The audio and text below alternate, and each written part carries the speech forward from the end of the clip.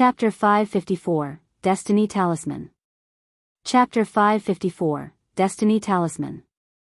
A big pavilion 5 kilometers away from the great Jian ruins. Naturally, the ripening of the vermilion fruit could not be hidden from the nascent souls. This meant that a trial exclusive to the paragons had officially begun. Outside the pavilion, there were nascent souls from various sects and factions of the nascent soul. Although they maintained their composures, each of them revealed nervousness deep in their eyes. None of those nascent souls communicated much between one another. On the contrary, the perfected lords in the pavilion were much more relaxed comparatively. All of those nascent souls were from the 10 upper sects and 4 gentry clans and had strong confidence towards the paragons of their factions. Even if they could not defeat their enemies, they could definitely escape unscathed. With casual attitudes, those nascent souls sipped their teas and chatted leisurely. Everyone, how about making a guess as to who would become the number 1 perfected being of the North region by getting their hands on the vermilion fruit? The perfected lord of the Murong clan fanned himself in a carefree manner and asked leisurely.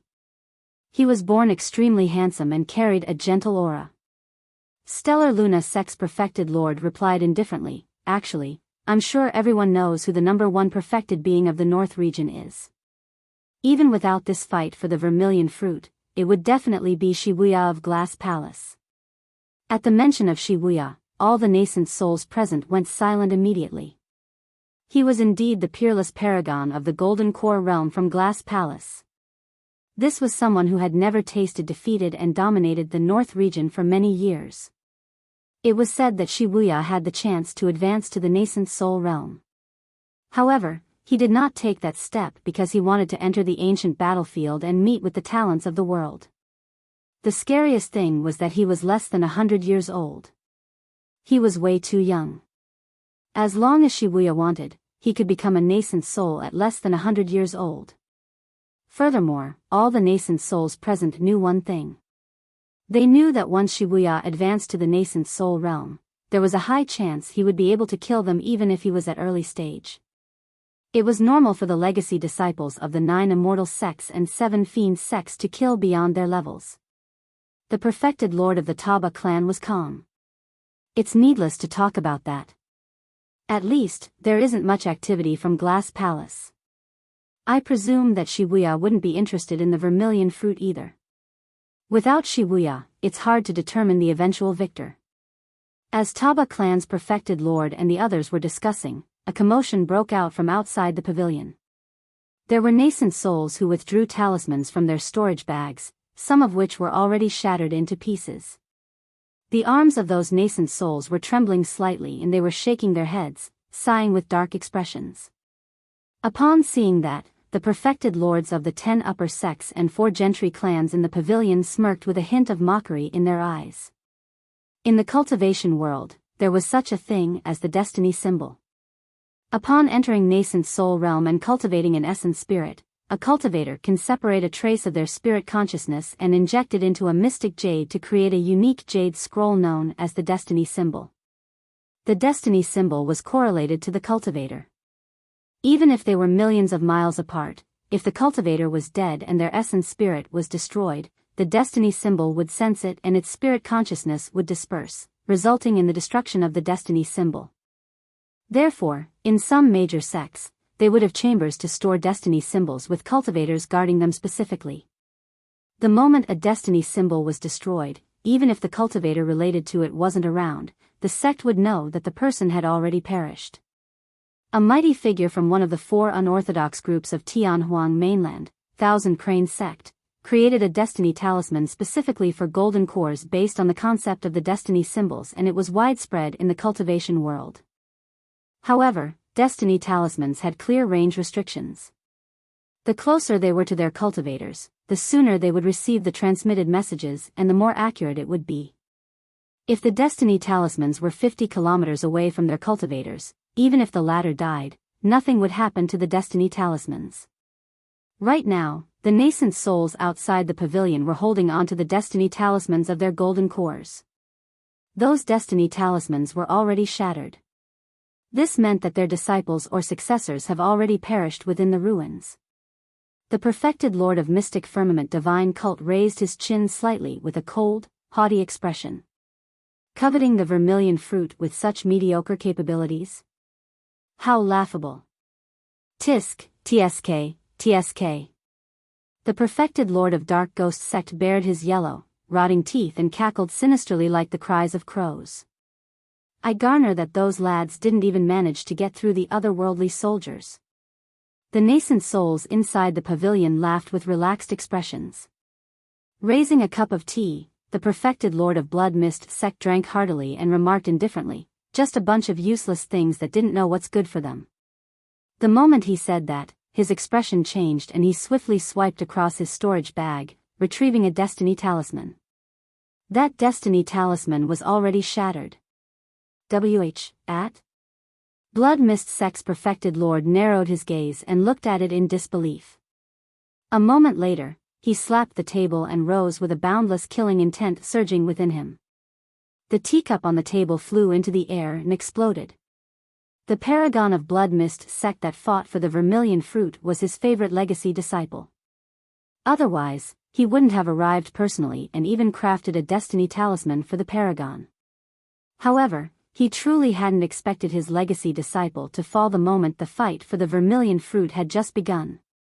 Earlier on, he was still mocking the nascent souls outside the pavilion, and yet, in the blink of an eye, his own disciple was already dead. This was truly a ridiculous insult.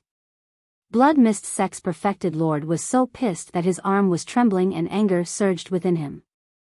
Right now, he wanted to charge into the great Jian ruins to see who murdered his disciple. However, there was no way the other nascent souls would let him do that. The reason why they were seated here was to prevent other nascent souls from interfering. Blood Mist Sect's perfected lord grit his teeth and screened the other perfected lords in the pavilion, trying to make out something from their expressions. Mystic Firmament Divine Cult's perfected lord extended his finger and rapped on the table a few times casually. Fellow Daoist, please relax. It's normal to have casualties in fights between cultivators. Don't get worked up. Sit down and have some tea. Blood Mist Sect's perfected lord was about to explode internally. How would he still have the mood to continue sipping tea? He glared at Mystic Firmament Divine Cult's perfected lord and snarled coldly, "Your disciple must have murdered my successor." Perhaps. Mystic Firmament Divine Cult's perfected lord sneered. "Once this is over, I guess it's time for me to test out your skills. Do you think I'll be afraid of you?" Neither of them was willing to display weakness. Suddenly, Mystic Firmament Divine Cult's perfected lord's expression changed and a destiny talisman appeared in his hands. The destiny talisman was already shattered. Ha ha ha ha. Blood Mist Sect's perfected lord burst into laughter and mocked. "Your disciple doesn't seem to be doing that well either." Mystic Firmament Divine Cult's perfected lord was enraged and glared at the destiny talisman with a dark, grim expression. While the other nascent souls in the pavilion appeared calm on the surface, all of them were gloating internally. Dragon Tiger Sect's perfected lord said darkly, "The two of you, do sit down. There's no way of turning back now that things have come to this state. There's no need for you guys to get worked up." "That's right." Heavenly Piercing Sword Sect's perfected lord said, "The fact that two paragons have perished in such quick succession shows the cruelty of this vermilion fruit fight." Before he could finish, Heavenly Piercing Sword Sect's perfected lord sensed something and his face froze up as he withdrew a destiny talisman from his storage bag. Although the radiance of the destiny talisman was much dimmer, it was still intact.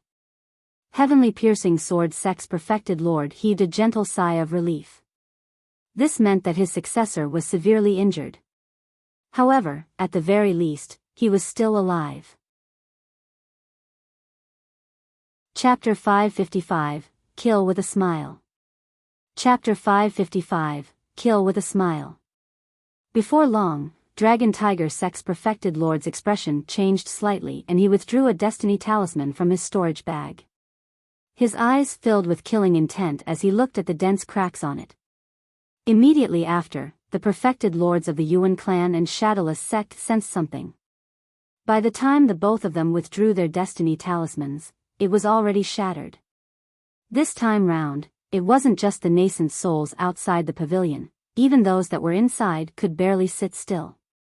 Apart from the nascent soul of the Dugu clan, there were 13 perfected lords from the 10 upper sects and 4 gentry clans in the pavilion. But now, through their destiny talismans, it showed that 5 paragons were already dead and 1 was severely injured. Naturally, those 5 perfected lords had terrible expressions and grim gazes, emanating with shuddering killing intents. The other nascent souls had equally morbid expressions. This was an abnormal situation. The 5 paragons that died came from the 10 upper sects and 4 gentry clans. How did these disciples and successors that were highly regarded in their respective sects die so easily? Furthermore, the 5 of them died too quickly. How long had it been since the fight for the vermilion fruit began? If the 5 of them released their golden core phenomenons, they would be able to hold out for 15 minutes at least. However, the signs felt as though the 5 paragons were suppressed overwhelmingly without any chance to fight back at all. Before long, a commotion broke out from the crowd outside the pavilion. Many nascent souls withdrew shattered destiny talismans one after another with shards scattering to the ground. The number of dead golden cores was rapidly rising. Those from the major sects and clans such as Blaze Columbus Valley, Dark Ghost Sect and the Murong clan withdrew their destiny talismans as well. All of those initially radiant destiny talismans shuddered at the same time. This meant that their disciples were experiencing immense impacts at the moment. Within a few dozens of breaths, the destiny talismans of those paragons dimmed significantly. Although Wang Yan of Blaze Columbus Valley's destiny talisman wasn't destroyed, it turned ash dark. It was obvious that he was severely injured. Snap! The destiny talisman in the hands of 7 kills sex perfected lord shattered. Many other perfected lords were shocked. There were already 6 fallen paragons in the pavilion among the 10 upper sects and 4 gentry clans. Outside the pavilion, the shattered destiny talismans were uncountable. What happened in the Great Jian ruins? Rather than a fight between the paragons, this seemed like a major calamity for the paragons of the North region. The perfected lords of the Taba clan, Murong clan, Heaven Motion sect and other sects looked at the dull destiny talismans in their hands with uncertain expressions. It wasn't just the perfected lords of Blood Mist sect and Dragon Tiger sect etc., even they were finding it difficult to sit by idly. The nascent souls had a weird feeling that something far beyond their control seemed to have happened. Everyone, we should check out the ruins. Suddenly, Blood Mist sect's perfected lord said with a dark expression. The reason why they were gathered here was initially to prevent other nascent souls from interfering so that the younger generation could fight for dominance. But now that their successors were dying one after another, the few of them could not take it anymore. Although Taba Feng's destiny talisman was intact, it had dimmed significantly as well. The perfected lord of the Taba clan hesitated for a moment before nodding. I agree. Let's head over to the Great Jian ruins to check things out. If nothing is amiss, we'll let those disciples continue with their massacre. The other perfected lords exchanged glances and agreed to it in silence. Let's go. Everyone exclaimed and left the place. Suddenly, a formidable spirit consciousness overwhelmed them. 2 figures flew over from the horizon not far away, a man and a woman, bedazzling and graceful as immortals. When they saw the 2 of them, the perfected lords of the 10 upper sects and 4 gentry clans were surprised and a hint of cautiousness could be seen from the depths of their eyes. Fellow Taoists, the fight for the vermilion fruit is a showdown between golden cores. Where are you guys going? Although the man's voice was calm, there was a persecuting tone to it. The perfected lords of the 10 upper sects and 4 gentry clans knew of the origins of this couple and remained silent. When the other nascent souls noticed the expressions of those from the Taba clan and others, they came to a realization and chose to keep quiet as well. However, not everyone noticed it. The nascent souls outside the pavilion came from all over the North region.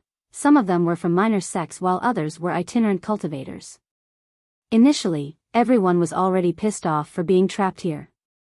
When they saw that couple with the ancient attire, some perfected lords could not help but sneer. Old fogies, tell us your names. Where did you guys spout from? Fufu. The man smiled calmly and replied gently, Duanmu. Duanmu? The nascent soul who spoke was stunned and could not react in time. However, gasps could be heard from the crowd. Nascent souls of the Duanmu aristocratic family have arrived. If the Duanmu aristocratic family is here, the person behind him must be from the other aristocratic family, Ouyang. The nascent soul who spoke earlier on had an ashen expression and trembled in fear. In Tianhuang mainland, there were factions with ancient lineages that kept a low profile and lived in reclusion. Among them, there were some aristocratic families. Although many cultivators have not heard of the names of those aristocratic families before, it was undeniable that each of them had massive foundations and immeasurable strength. Among the ancient aristocratic families, the strongest three were the renowned Eastern, Southern Palace and Western Gate aristocratic families of the cultivation world. The 9 immortal sects, 8 demon races, 7 fiend sects, 6 Buddhist monasteries, 5 heretical doctrines, 4 unorthodox groups, these were the strongest factions of Tianhuang mainland, followed by the 3 aristocratic families. In the north region, there were 2 ancient aristocratic families, namely the Duanmu and Ouyang families. Although these 2 ancient aristocratic families could not compare to the 3 great aristocratic families in terms of strength and reputation, they were definitely superior to the 10 upper sects and 4 gentry clans. However, because they were high and above in reclusion for many years, cultivators at the bottom tier could not approach them and there were few people who knew about them. It was the same for Ethereal Peak. Although it was one of the 5 major sects of the Great Zhou dynasty, few people in the sect knew about the Duanmu and Ouyang aristocratic families. In fact, they may never come into contact through their entire lives. To think that the 2 great aristocratic families would make a move for the appearance of the vermilion fruit. Suddenly, Duanmu clan's perfected lord extended his hand and circulated his dermic powers. Instantly, a massive palm was conjured in midair, squeezing the nascent soul who spoke out of line earlier on. Poof! Before that person could make a single sound, he was smashed into a blood mist and his essence spirit was destroyed. Does anyone else have any opinions? Duanmu clan's perfected lord surveyed the surroundings and asked with a smile. It was dead silent outside the pavilion. That was the might of an ancient aristocratic family. They could kill with a smile and render groups of talents silent as crickets. The perfected lords of the 10 upper sects and 4 gentry clans revealed displeasure on their faces. Although they did not dare to say anything, they were cursing internally. At the same time, their doubts were finally unraveled. It was no wonder why so many paragons died the moment the fight for the vermilion fruit started. Even the paragons of the 10 upper sects and 4 gentry clans were dead or injured. It was because the 2 ancient aristocratic families of the north region had arrived. It was clear how terrifying the successors of the 2 ancient aristocratic families were judging from their perfected lords alone. After residing in reclusion for many years, now that the 2 ancient aristocratic families have arrived, they were definitely bent on getting their hands on the vermilion fruit. Chapter 556, Descent of the Divine Turtle. Chapter 556, Descent of the Divine Turtle. Entrance of the Underground Cave. A young man rode on a massive and menacing tiger Wyrm, blocking Su Zimo's path forward.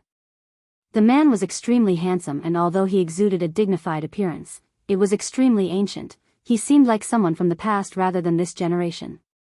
Maintaining his soaring serpent phenomenon, Su Zimo continued speeding forward and could vaguely hear exclamations coming from the crowd behind him. Ancient aristocratic family, Duanmu? Su Zimo knew nothing about ancient aristocratic families. However, judging from the reactions of the successors of the North region's upper sects and gentry clans, he could tell that the ancient aristocratic families had strong backgrounds. Su Zimo was expressionless. No matter who it was, he had to get out of this place as soon as possible. Humph. When the handsome man saw that Su Zimo ignored him and was still charging for the exit, he could not help but sneered in displeasure. You're still thinking of escaping now that I, Duanmu Kong, have arrived? With that said, the handsome man known as Duanmu Kong patted the demon beast he was riding on. Roar.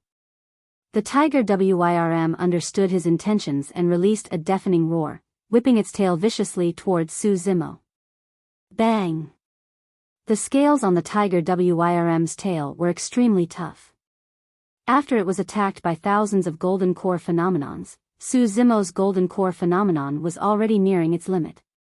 Now that it received such an intense attack, the soaring serpent swayed and its radiance dimmed. It was on the verge of dissipating at any moment. Zimo halted in his tracks. Right then, the touching cry of a phoenix sounded from another side of the palace's entrance. In the blink of an eye, a green-colored Luan bird flew in with a mysterious glimmer on its body.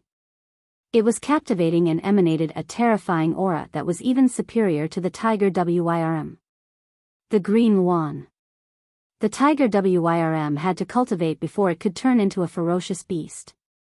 However, the green Luan was a pure-blooded ferocious beast to begin with. A peerlessly beautiful woman sat on the green Luan. She was incomparably dignified and had an ice-cold expression that was haughty. She was in disregard of all the paragons present. The pure-blooded ferocious beast alone already had the many paragons present feeling troubled, let alone the woman riding on it. That should be another ancient aristocratic family, the Ouyang family. Those two are the only ancient aristocratic families in the North region. It's said that the Duanmu and Ouyang families have a close relationship. There should be no mistake. When he heard the discussions behind him, Zimo roughly knew what was going on. Duanmu Kong turned slightly with a smile. Xiaoyu, why are you here personally? I've told you that I'll definitely obtain the vermilion fruit and take it back for you. There's no need. Ouyang Xiaoyu replied calmly, totally unappreciative. Duanmu Kong continued, Xiaoyu, as long as it's anything you fancy, even if they are the stars up in the heavens, I'll try my best to pluck them for you, let alone a single vermilion fruit. Ouyang Xiaoyu knitted her brows tightly. She knew Duanmu Kong way too well. He had repeated those words to at least 100 other female cultivators. Young master, that seems to be the monster incarnate of Divine Phoenix Island. At that moment, a cultivator following behind Duanmu Kong advanced and reported with a grim expression. Monster incarnate of Divine Phoenix Island? What monster incarnate? Duanmu Kong was stunned for a moment. The one who suppressed the experts of the immortal, Buddhist and fiend sects beneath the human emperor's palace. That's him? Duanmu Kong was momentarily frozen before breaking out into a smile while nodding. It's no wonder. A hint of surprise flickered through Ouyang Xiaoyu's eyes when she heard the term monster incarnate of Divine Phoenix Island as well. Thereafter, she turned and looked at Zimo fixedly with a curious expression. Sweeping his gaze across the battlefield, Duanmu Kong eventually looked at Zimo and chuckled. The primordial soaring serpent has been lost for a long time and I was wondering who it was who could cultivate a primordial of this level. So, you do have some background to you. Cut the crap, make way. Although Zimo's tone was calm, it exuded coldness. Even against the successors of two ancient aristocratic families, none of the paragons could notice any emotional fluctuation from Zimo. He was trying his best to recover his blood qi and spirit energy. Me? Make way? Duanmu Kong was stunned for a moment before rearing his head in laughter, as though he heard the greatest joke in the world. Ha ha ha ha. Interesting. You're wild enough. As he laughed, his expression gradually turned grim as he remarked coldly, the primordial soaring serpent has been lost for a long time and nobody knows how strong it can get right now. However, my golden core primordial was ranked 34th in the previous phenomenon ranking. The paragons present were startled. There were only 108 positions available on the phenomenon ranking. The further front one was, the stronger their phenomenon. All the golden core phenomenons that could get into the top 36 spots were terrifying phenomenons with ancient lineages. Duanmu Kong continued frostily, don't forget, you're only at early stage golden core. How long can you hold out with the spirit energy in your dantian? Let me see how many strikes your lousy phenomenon can take from me.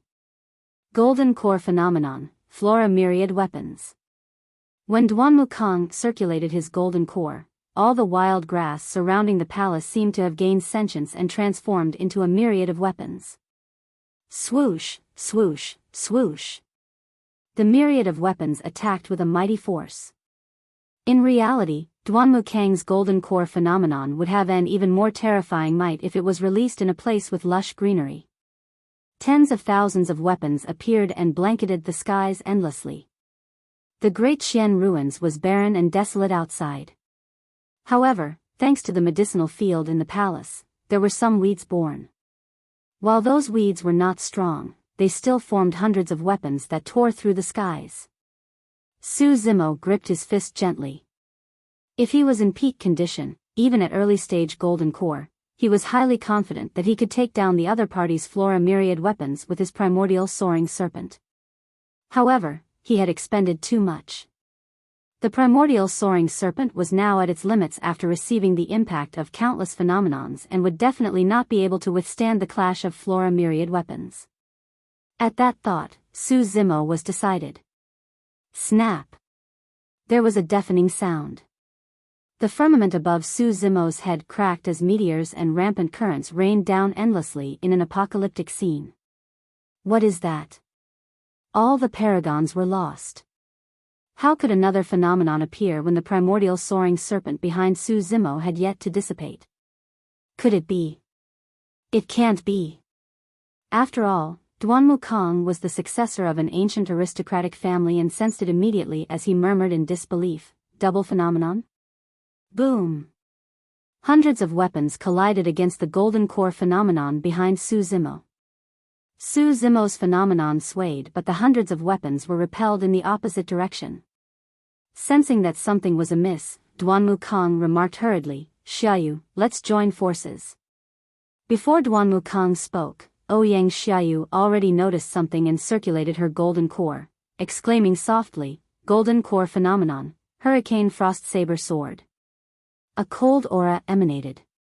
Suddenly, the temperature in the underground palace dipped. Wild gusts of wind howled furiously akin to sabers and swords.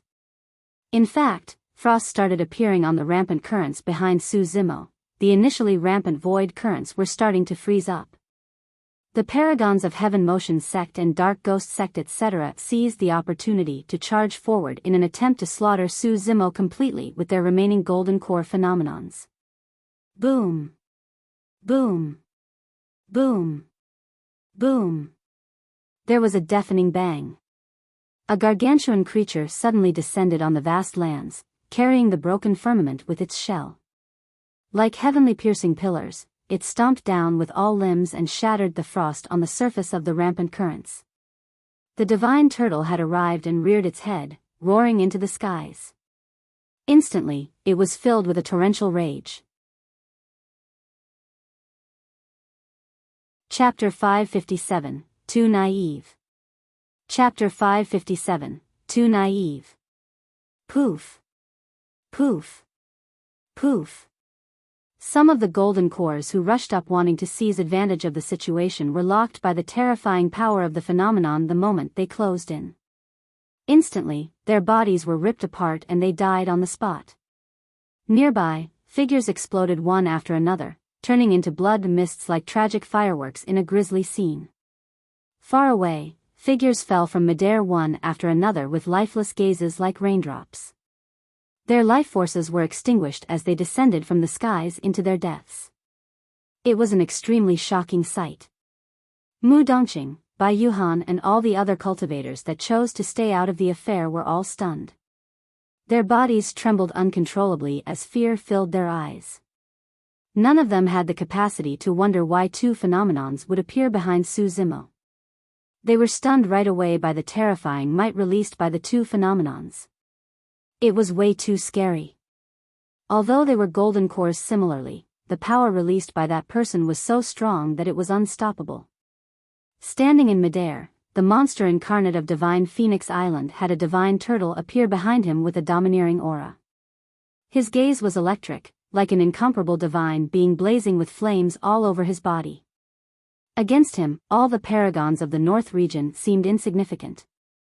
They were like moths lunging towards the divine being only to be turned into ashes in midair. Initially, the paragon of Heaven Motion's sect had a remnant golden core phenomenon around him. However, when the divine turtle descended and roared into the skies, his phenomenon shattered with a bang. The next moment, a formidable power of phenomenon surged into his body and destroyed his life force. Heaven Motion Sect's paragon spat out a huge mouthful of blood that was black in color. His organs were punctured by the power of phenomenon and had turned into sludge. Life force drained from within him rapidly in an irreversible manner as his gaze dimmed. Another paragon had fallen. The golden core phenomenon of Dark Ghost Sect's paragon was still existent, with otherworldly soldiers charging from the back. They had bloodshot eyes and their long spears shimmered coldly, as though they could destroy everything before them. However, after the divine turtle descended, all the troops went silent. Lightning flashed and thunder crackled in the skies above as thunderbolts struck the divine turtle's shell one after another, causing sparks to fly everywhere. However, it could not penetrate the shell of the divine turtle and instead made it seem even more godly. On the other hand, those godly thunderbolts were destructive when they descended on the paragon of Dark Ghost Sect. The power of thunder was the most righteous and suppressive towards evil and ghosts. Malevolent ghosts would turn into ash when they were struck by the thunderbolts, no matter how fierce they were. Snap! Lightning flashed. Dark Ghost Sect's paragon cried tragically and fell from midair, billowing with black smoke. He was clearly dead after being struck by the thunderbolt. There were initially dazzling stars remaining above the head of Stellar Luna Sect's paragon with cold, murderous starlight. The divine turtle roared. Countless stars crashed. The paragon of Stellar Luna Sect was dead. In the blink of an eye, only Taba Fong, Blaze Columbus Valley's Wang Yan, Heavenly Piercing Sword Sect's paragon, Murong Wushuang, and Dugu Jian, who had not made his move since the beginning, were left alive out of the paragons from the 10 upper sects and 4 gentry clans. There were even more talents that had perished in the palace. The deaths and injuries were tragic. This fight between the paragons was much more devastating than what everyone had initially imagined it to be. It's a primordial divine turtle. Heavens! Another primordial phenomenon shows itself. Double phenomenon with both the turtle and serpent. How did this guy manage it? Furthermore, both golden core phenomenons are so mighty and terrifying. The raging city blaze behind Blaze Columbus Valley's Wang Yan had already shattered by now. Thankfully, he noticed something amiss with the situation and backed off a step earlier. When he saw the firmaments crack, lightning flash, raging currents surge and meteors raining, he realized something. That same scene had tormented him repeatedly in his nightmares for the past month. Most cultivators were not as fortunate as him. The primordial divine turtle had been lost for a long time, and many paragons of the golden core realm could not recognize it before the divine turtle appeared. They were not the only ones. Even nascent souls from all over the place might not be able to recognize the origin of that phenomenon. Everyone swarmed up, wanting to encircle and kill Zimo while seizing the opportunity to steal his treasures. Unfortunately, the descent of the divine turtle along with the primordial soaring serpent, the might of a double phenomenon, was not something that they could defend against. In the face of the double phenomenon, Duan Mukong and Ouyang Xiaoyu, the 2 successors of the ancient aristocratic families, were the only ones who could hold out. Double phenomenon. You're truly a monster incarnate. Duan Mukong's handsome face had clearly turned somewhat menacing by now as he snarled, "It's a pity that you'll have to be buried in this ruins today." It was true that the double phenomenon was strong. However, Zimo could not support it for long as the double phenomenon took an extreme toll on his spirit energy. At that moment, Zimo's disadvantage in cultivation realm was finally showing itself. Throughout the entire fight, he had not been disadvantaged in combat and had instead suppressed everything domineeringly. However, his spirit energy capacity could not compare against those at late stage or perfected golden core realm. Furthermore, spirit energy was drained at a terrifying speed in order to support 2 primordial phenomenons. Right now, the spirit energy in Zimo's dantian was almost depleted. Even his golden core was releasing a series of throbbing pains and was circulating slower. As the successor of an ancient aristocratic family, Duan Wukong was sharp and could clearly look through Su Zimo's facade. Channeling his golden core furiously, his power of phenomenon surged towards the latter. Countless weapons created by grass and wood hovered in front of Su Zimo, trembling slightly. On the other side, the Hurricane Frost Saber sword released by Ouyang Xiaoyu struck the turtle serpent phenomenons repeatedly. To begin with, the primordial soaring serpent was at its limits and could not hold on for much longer. Now that it was met with such impact, it swayed and was on the verge of falling. A series of cracks appeared on the soaring serpent, threatening to dissipate it at any moment. As for the primordial divine turtle, although it was still a godly presence, the radiance on its body was gradually dimming due to the depletion of Su Zimo's spirit energy. He can't hold on for much longer. Far away, Mu Dongqing noticed how the situation was changing and remarked darkly, the moment that person's golden core phenomenons disperse, he would be penetrated instantly by the countless weapons and Hurricane Frost Saber sword. Bai Yuhan nodded with a conflicted expression. Rather than the two successors of the ancient aristocratic families, it could be said that the monster incarnate of Divine Phoenix Island was defeated by the joined forces of all the paragons in the North region. That's right, if those paragons hadn't worn him down, these two successors of the ancient aristocratic families wouldn't be able to take him down. Pausing for a moment, Mu Dongqing sighed and lamented, "It's a pity. If that man manages to cultivate to late stage or perfected golden core, all the paragons of the North region wouldn't be able to take him down even if they worked together. That's why tall trees are often the first to be knocked down by the wind." A cultivator at the side sneered, "That person is way too flashy and overbearing. It's only normal that he would end up in such a state." Suddenly, a mysterious change happened on the battlefield. Paragon? Monster incarnate? I don't care, die. Duan Wukong hollered and circulated his golden core to its limits. Countless weapons tore through the phenomenons and were getting closer to Su Zimo's physical body. Fufufu. In midair, Su Zimo suddenly laughed. "The two of you really think that you can kill me with your skills?" Su Zimo's eyes shone fiercely as he remarked, "The both of you are way too naive."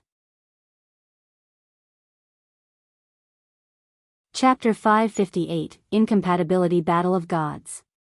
Chapter 558, Incompatibility Battle of Gods. The resurgence of two primordial phenomenons with the turtle and serpent together was an extremely rare sight. Unfortunately, Su Zimo was at early stage golden core and his spirit energy had already depleted after fighting the paragons of the North region continuously and upholding two strong phenomenons. Even so, he wasn't fearful at all. Under countless gazes, those two primordial divine beings that had already dimmed down in midair suddenly clashed against one another furiously, as though they were drawn in by some power. Boom! A shuddering shockwave rippled forth. Everything went silent. It wasn't a true silence. Rather, the deafening sound engulfed everything, as though an apocalypse was arriving. The countless weapons and Hurricane Frost Saber sword that were about to reach Su Zimo were crushed into dust. Duan Wukong and Ouyang Xiaoyu were shocked and shuddered as if they were struck by lightning. Each of them spat out a mouthful of blood and fell from midair. Both their golden core phenomenons were destroyed entirely. The divine turtle was a godly being of the water. The soaring serpent was a godly being of the flames. Water and fire were irreconcilable.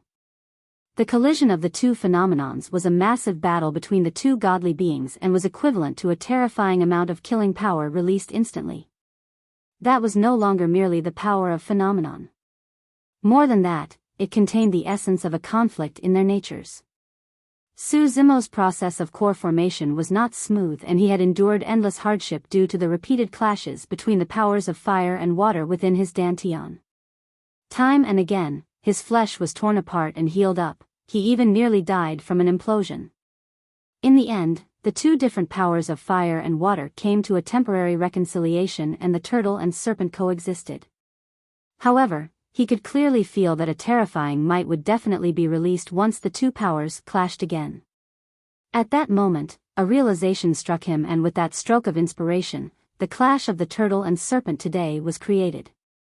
This single clash caused the two primordial phenomenons of the divine turtle and soaring serpent to dissipate. However, Duan Wukong and Ouyang Xiaoyu suffered worse. The two great phenomenons, Flora Myriad Weapons and Hurricane Frost Saber Sword, dispersed right away, and the two of them received an immense impact. Their spirit energies in their dantian went into chaos and they almost lost their combat strength entirely. Ha! Su Zimo smirked and strode forward, hollering, "Die! Ta! Ta! Ta!" Although he had only taken a few steps, Su Zimo had already caught up to Duan Wukong, who was retreating. Reaching out, the flesh on his gigantic palm expanded and green veins popped as he crushed down savagely. "Go!" Duan Wukong had a panicked expression and tried his best to compose himself, summoning a flying sword right away. The sword shone brightly like a WYRM and surged into the air, piercing the incoming palm. Clang! Clang! Su Zimo's expression did not change and he did not avoid or dodge either. Suddenly, 5 fingernails extended from his palm, shimmering coldly like daggers as they grabbed Duan Wukong's flying sword. Even a WYRM wouldn't be able to break free from Su Zimo's palm. Suddenly, Su Zimo's palm went limp and coiled, trembled around the sword like a flexible cow's tongue. Snap! With his palm, he broke the flying sword into shards that scattered onto the ground. Is that all there is to the successor of an ancient aristocratic family? Su Zimo sneered and strode forward, arriving before Duan Wukong instantly. Duan Wukong's expression was pale, but he did not give up. Disregarding the throbbing pain in his dantian, he channeled his spirit energy fanatically while shrieking, "I'll let you have a taste of the Duanmu aristocratic family's secret skill. Flora Entanglement." Duan Wukong pointed forward. Spirit energy surged out from his fingertips and suddenly, plants that were thin and long with sharp edges coiled around Su Zimo like flexible long swords. Although they were plants, their edges were not weaker than weapons. Even ancient remnant beasts would be doomed if they were entangled. If any ordinary demon beast were to be restrained by them, they would be turned into minced meat right away. The plants grew wildly and wrapped Su Zimo instantly. Roar! At the same time, the tiger WYRM roared and lunged towards Su Zimo with its menacing claws and fangs. Die! Duan Wukong's face was contorted as he controlled his plants maniacally, trying to bind Su Zimo. However, to his shock, he realized that the plants did not wound Su Zimo at all. There wasn't even a single scar. Even supreme-grade spirit weapons wouldn't be able to tear through Su Zimo's flesh, let alone plants that were conjured by spirit arts. How dare you embarrass yourself with such a trash secret skill? Channeling his bloodline, Su Zimo's body echoed with the sound of tsunami and his flesh expanded, his figure expanded fully. Pang! Pang! Pang! With a series of bangs, the plants snapped and Su Zimo broke free. At the same time, the tiger WYRM arrived with its mouth wide open, threatening to devour his head with a nauseating stench. Su Zimo's gaze turned cold and he reached out with both hands, grabbing the upper and lower jaws of the tiger WYRM.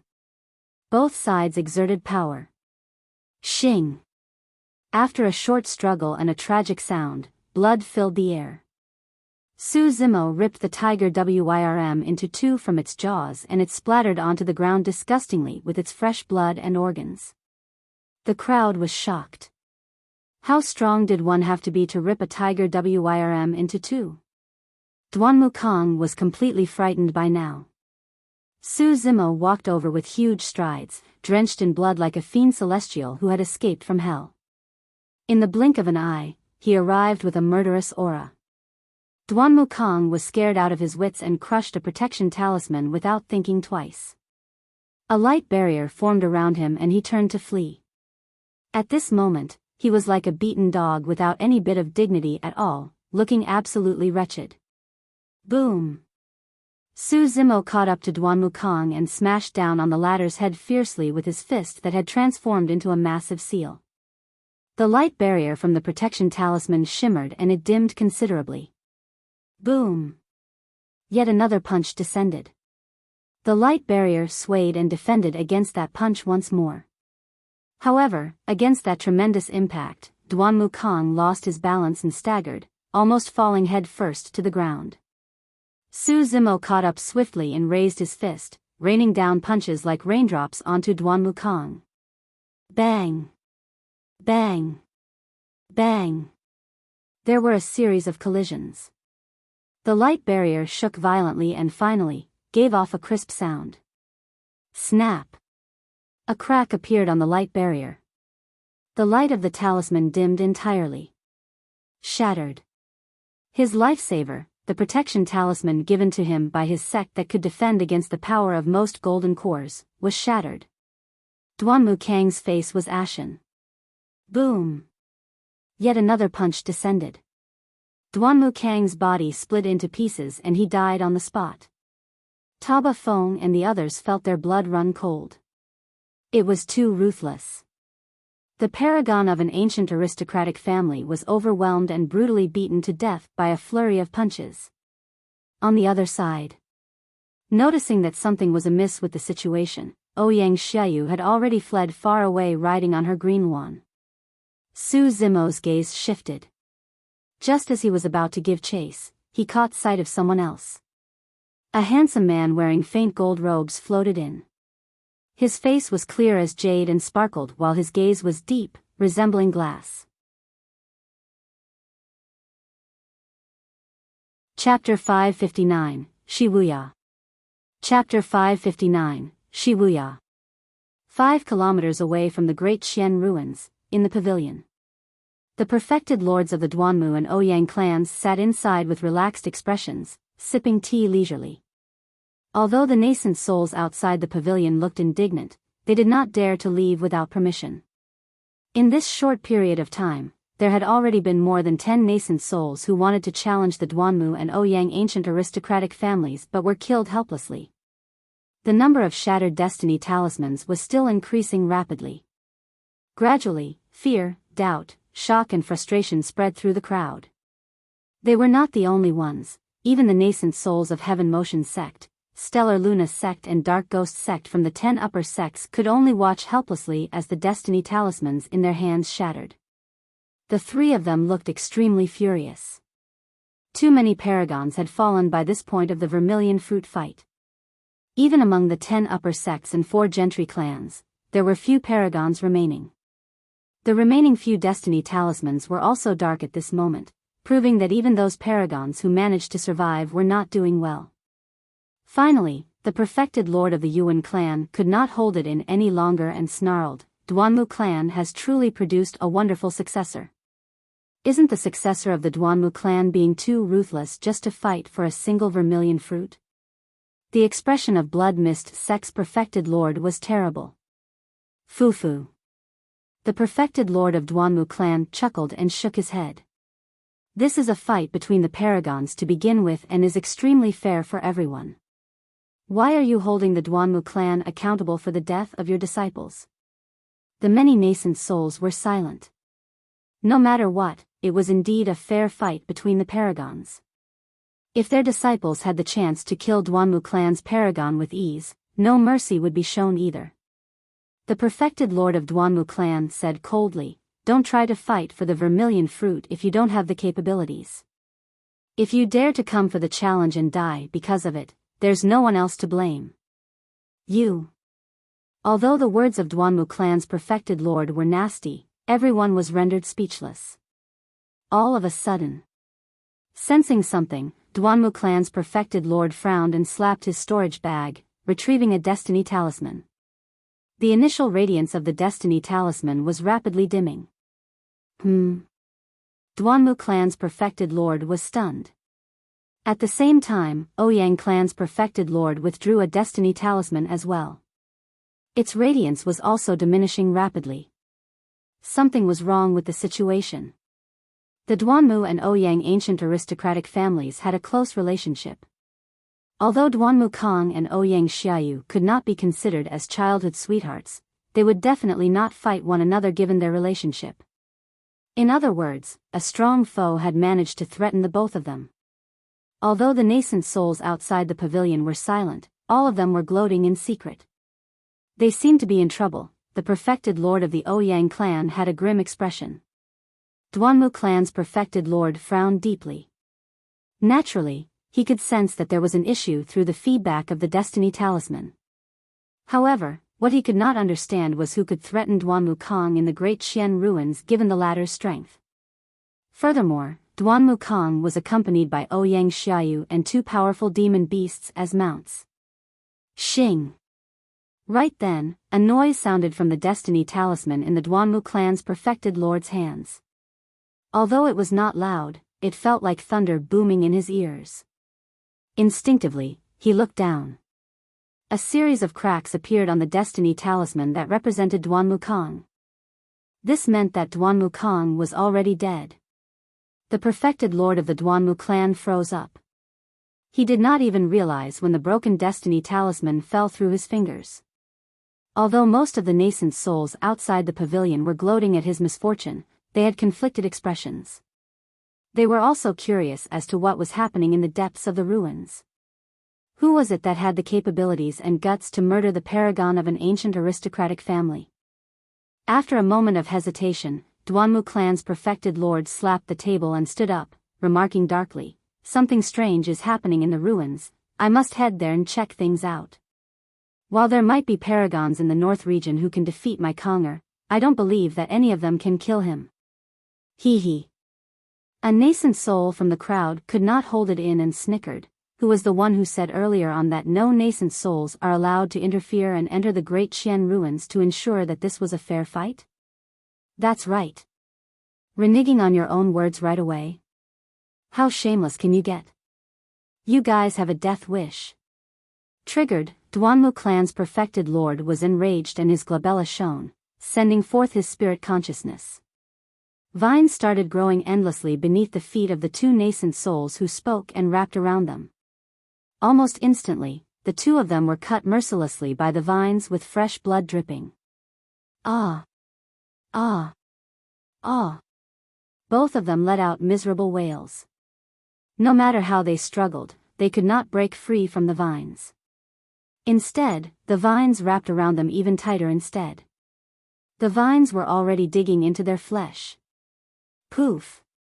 Their bodies could not take it and were sliced into meat lumps by the vines, falling onto the ground with a nauseating stench. Anyone else disagreeable? Duanmu clan's perfected lord surveyed his surroundings with a murderous aura and asked frostily. Foo-foo. Suddenly, a mocking chuckle sounded in the air. An old man with a sloven face and scrawny body had appeared unknowingly. With an ancient stare that seemed to be able to peer through everything, he remarked nonchalantly, "How imposing you are." The perfected lord of the Duanmu clan froze for a moment. Immediately after, his stare shifted onto the old man's waist. When he caught sight of the sect badge, Duanmu clan's perfected lord shuddered with a look of disbelief in his eyes, exclaiming, "Glass Palace." Those 2 words seemed to be magical. Instantly, silence ensued outside the pavilion. Almost all cultivators who could cultivate to become nascent souls have heard of the 9 immortal sects before. The nascent souls of the North region who knew about the 9 immortal sects would definitely know about Glass Palace. That was a true super sect of the North region and was a titan. Fellow Daoist, may I ask who you are from Glass Palace? The perfected lord of Duanmu clan asked with difficulty, vaguely sensing something. I don't have a title. I'm merely an old servant of the young master. The Glass Palace old man's tone was still calm. Why young master, has he arrived? The perfected lord of Duanmu clan murmured softly with a bitter tone. He finally understood how Duanmu Kong died. If that man from Glass Palace arrived in the Great Xian ruins, even 10 Duanmu Kangs won't be a match for him. That was the number 1 perfected being of the North region 30 years ago. That man could have entered nascent soul realm 10 years earlier. However, the reason why he did not take the step forward was because he wanted to enter the ancient battlefield 20 years later. Wuya of Glass Palace. He reigned supreme across the Golden Core realm in the North region 30 years ago. When the perfected lords of the 10 upper sects and 4 gentry clans heard the name Wuya, all of them went silent. The perfected lord of Ouyang clan murmured softly, "If we knew that Wuya would come, why would we bother sending our disciples to fight for the vermilion fruit? That's just seeking trouble for ourselves." Chapter 560, Spar. Chapter 560, Spar. The handsome man in faint gold robe strode over unhurriedly. His eyes resembled stars and he possessed an indescribable confidence. Ouyang Xiaoyu rode on her green Wan and was speeding with all her might to escape from the great Qian ruins. When she caught sight of that person, she was stunned for a moment. Immediately, she shuddered and her eyes shone with disbelief. "Fellow Taoist Ouyang, how have you been?" The handsome man smiled gently without retreating or evading. When he saw the green Wan speeding over, he welcomed it instead. Under countless watchful stares, the handsome man extended his jade-white palm and raised it, pressing down gently on the void before him. The green Wan was moving at such a fast speed that it looked like a streak of light. However, it came to a stop immediately. Zimo could clearly notice the green Wan shivering slightly. That pure-blooded ferocious beast was in fear. Demon beasts had extremely sharp senses towards danger. The reason why the green Wan reacted as such was because it sensed an immense threat coming from the handsome man. Against the handsome man, the green Wan lowered its head motionlessly, as though it did not dare to look the handsome man in the eyes. All the cultivators were shocked when they saw that.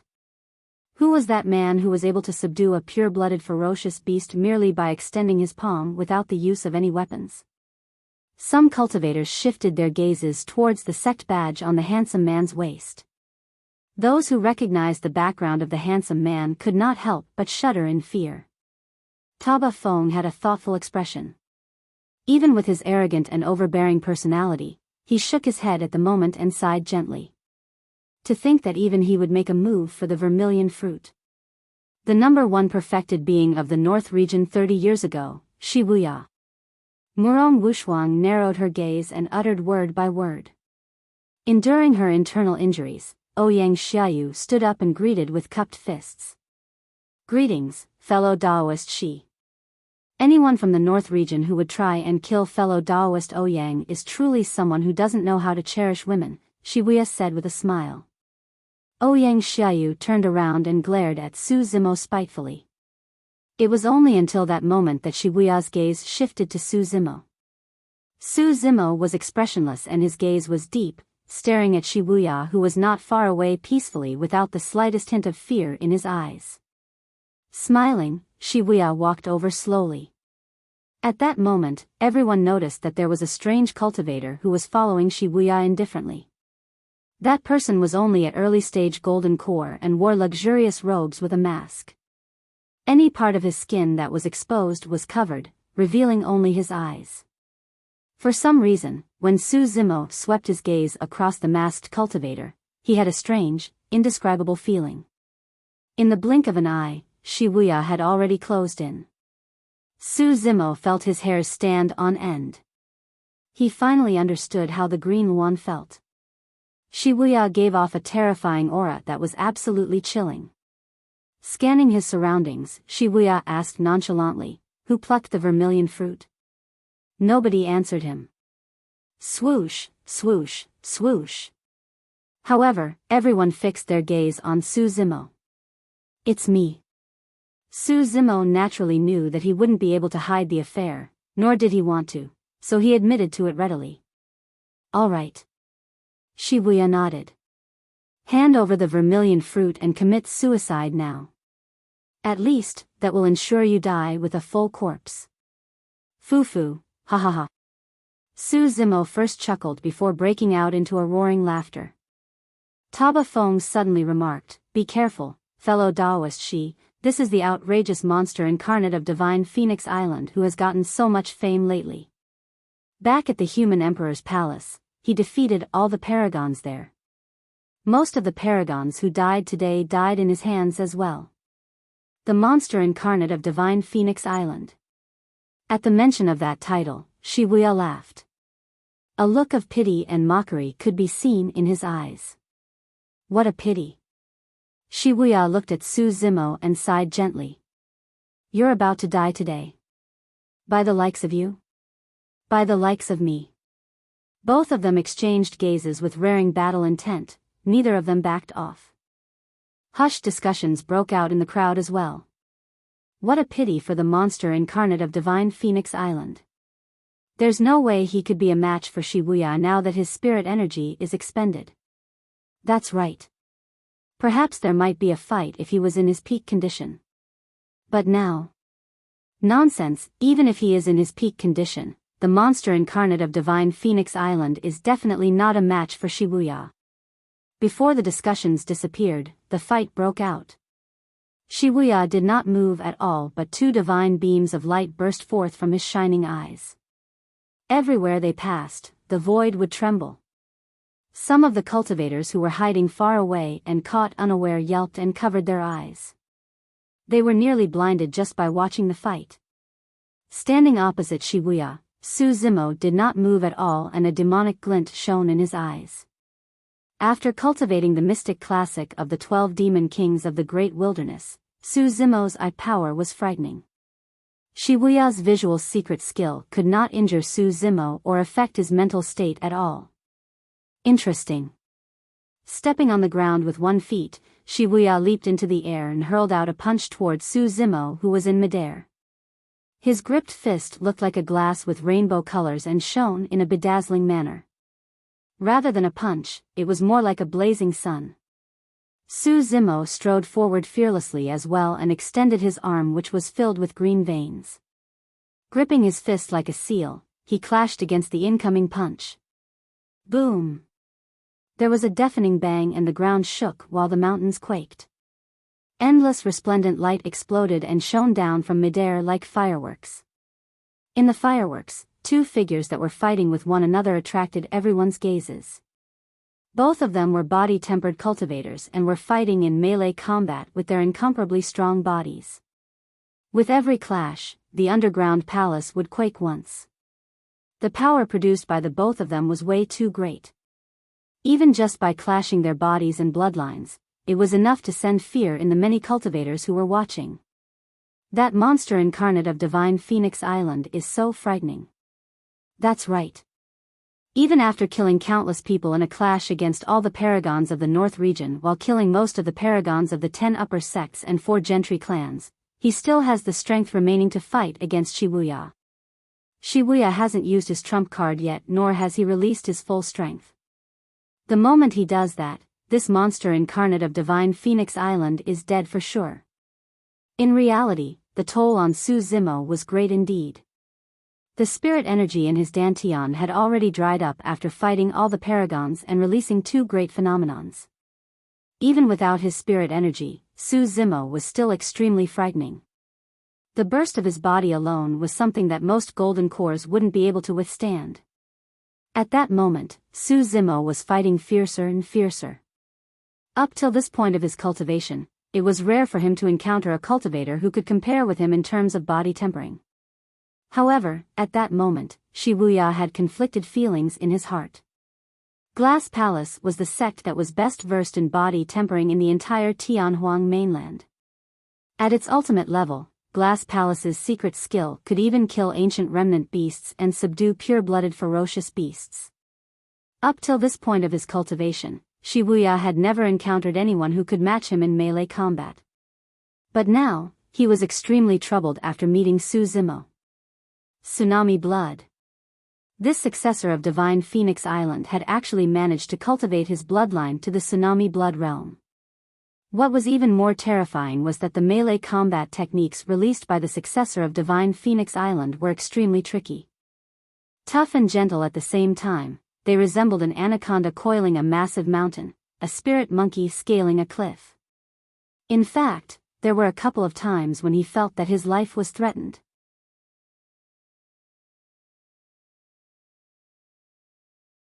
Chapter 561, Suppression. Chapter 561, Suppression. 50 years ago, Wuya came out from seclusion. The moment he appeared, he overwhelmed with dominance and killed countless paragons. With a zero-loss record, he reigned supreme over the North region and was lauded as the youngest paragon of the Golden Core realm with unlimited potential.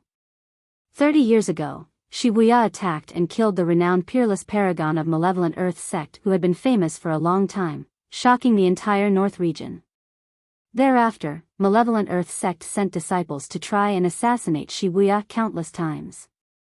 However, all their attempts ended in failure and they even suffered immense losses. Ever since then, although nobody gave him the title, most of the cultivators in the North region silently acknowledged Wuya as the #1 perfected of the North region. 30 years had passed and Wuya had rarely shown himself. However, each time he did, he would attract endless attention. All the cultivators targeted by him could not escape death. 10 years ago, when Wuya appeared once again, he crossed a major realm and killed a nascent soul from an upper sect of the nascent soul. It was an extremely tragic battle that shocked the entire cultivation world. Golden cores and nascent souls were on completely different levels. That kill across a major realm made Wuya even more famous. Although he was only a golden core, most cultivators regarded him as someone of a nascent soul level. Nobody expected that this monster incarnate of the North region would make a move for the Vermilion Fruit's birth. After all, Wuya had not shown himself or fought for the past 10 years. This fight for the Vermilion Fruit was a rare gathering of the North region's paragons. However, if Wuya were to arrive, the paragons of the 10 upper sects, 4 gentry clans and even 2 ancient aristocratic families could only be seen as mere children compared to him. More than that, most of the cultivators could not imagine that there could be a golden core who could fight on par with Wuya. That monster incarnate of Divine Phoenix Island is truly terrifying. To think that he would still have the strength to fight against Wuya after battling countless paragons. Glass Palace is one of the strongest body-tempering sects in Tianhuang mainland. How did that monster incarnate of Divine Phoenix Island cultivate such that he's able to stand against Wuya? It's useless. Wuya hasn't shown his true strength yet and that monster incarnate of Divine Phoenix Island is already exhausted. That's right.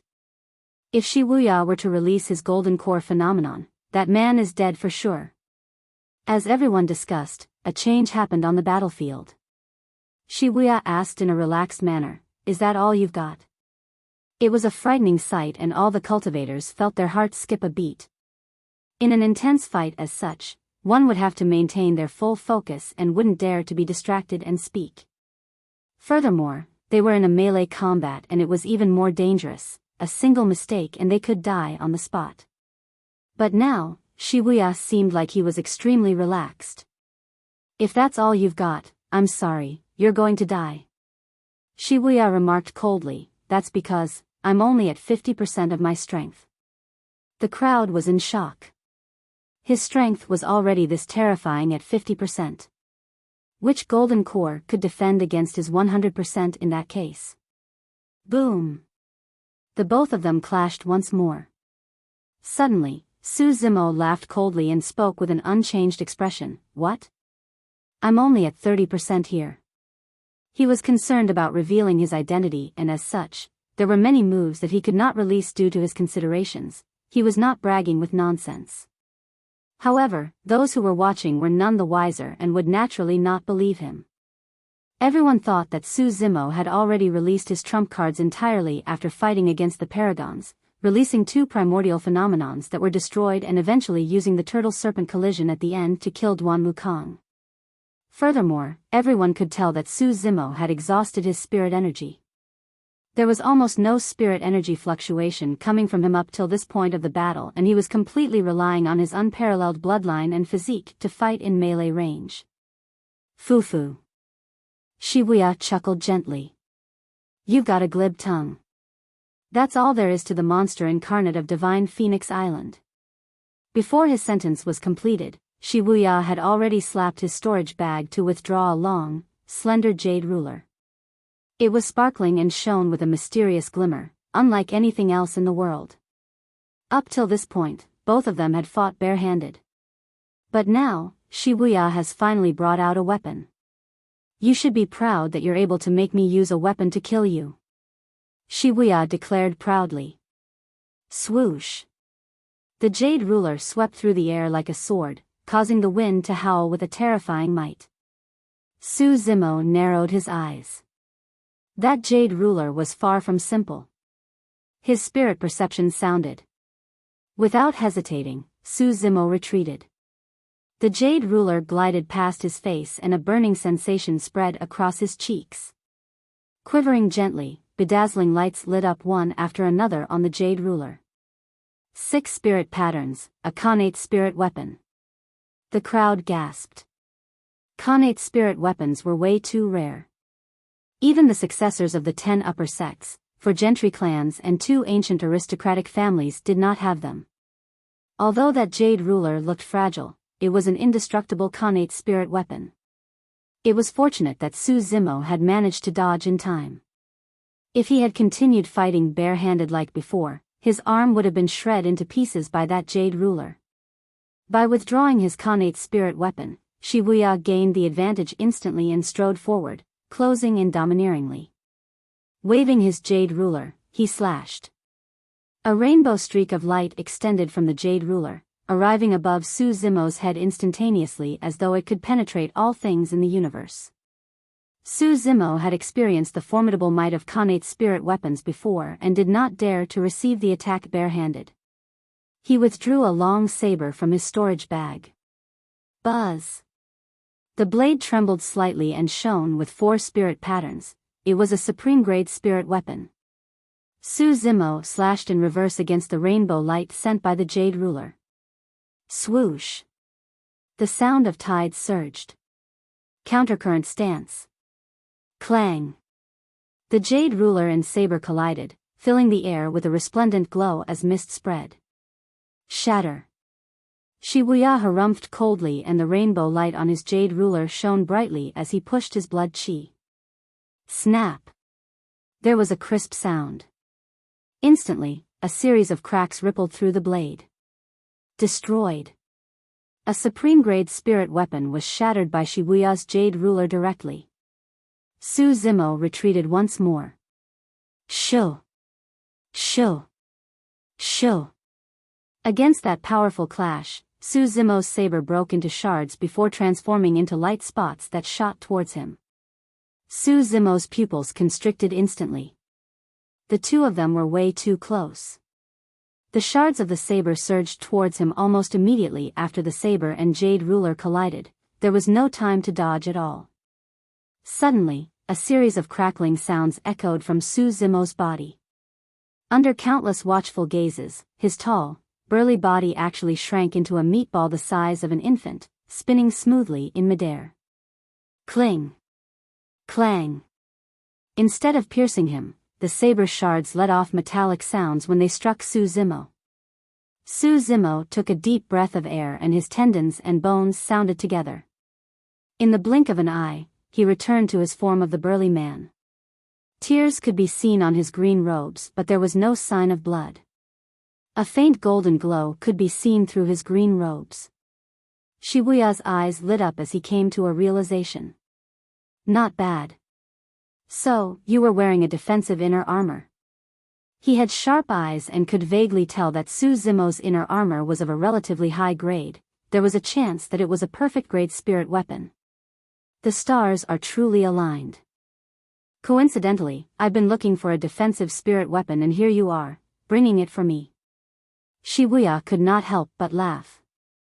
I've got to see just how long more you can hold out for. The moment he said that, Wuya's blood chi exploded and his figure flickered. Waving his jade ruler, endless rainbow light dispersed downwards onto Zimo's head, slashing down once more. Wuya had suppressed Zimo perfectly with his connate spirit weapon.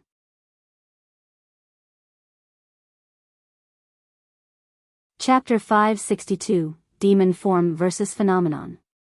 Chapter 562, Demon Form vs. Phenomenon. Zimo did not dare to receive the Jade Ruler's attack head-on and could only dodge backwards. The Jade Ruler was a connate spirit weapon. Given Wuya's strength, even a supreme-grade spirit weapon would be smashed into pieces by his ruler. The only way was for Zimo to use his blood quencher or coiling dragon seal. However, he would not be able to conceal his identity if he summoned those two weapons. The jade ruler shone with a resplendent rainbow light in Wuya's hands. Even with his immensely strong physique, Zimo would not be able to endure an attack from the jade ruler and would definitely be severely injured. He made use of the nimbleness of his movement techniques and his physique, which encompassed both toughness and gentleness, to dodge repeatedly. The two of them were already moving at their maximum speeds. For now, Zimo was still unhurt. However, he would definitely lose if he had to continue defending, and his space available to dodge was decreasing by the moment. He had to make a decision. At that thought, Zimo's eyes flashed viciously with a demonic glint. Glaring at the incoming jade ruler, he reached out and grabbed it. "You must have a death wish." Wuya harumphed coldly.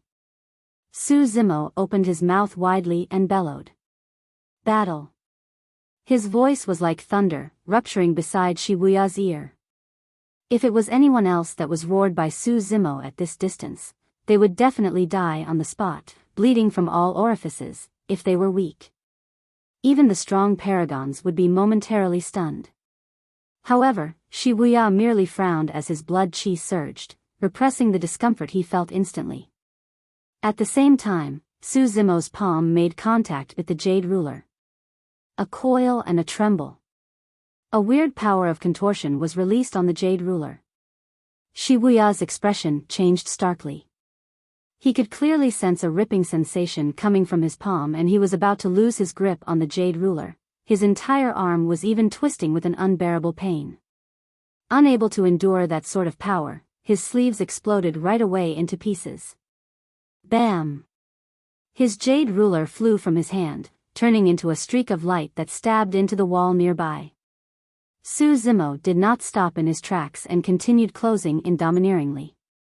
Swinging his right arm, the veins on his fist popped out and his flesh expanded like a gigantic seal that descended from the skies with a nauseating blood stench. Let the body be like glass, transparent inside out and cleansed of impurities, turning indestructible.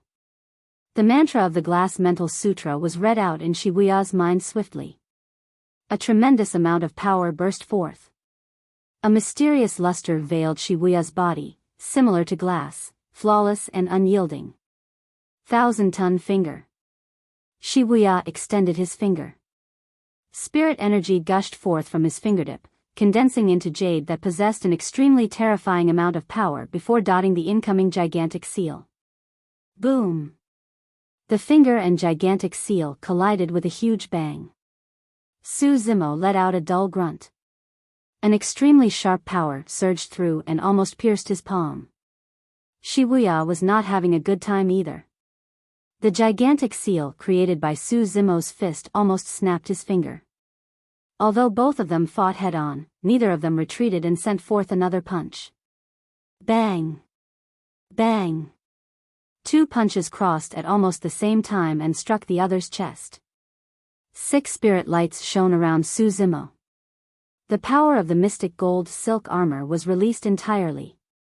Even so, he could sense the terrifying energy surge into his body fanatically through the mystic gold silk armor such that his organs were shaken.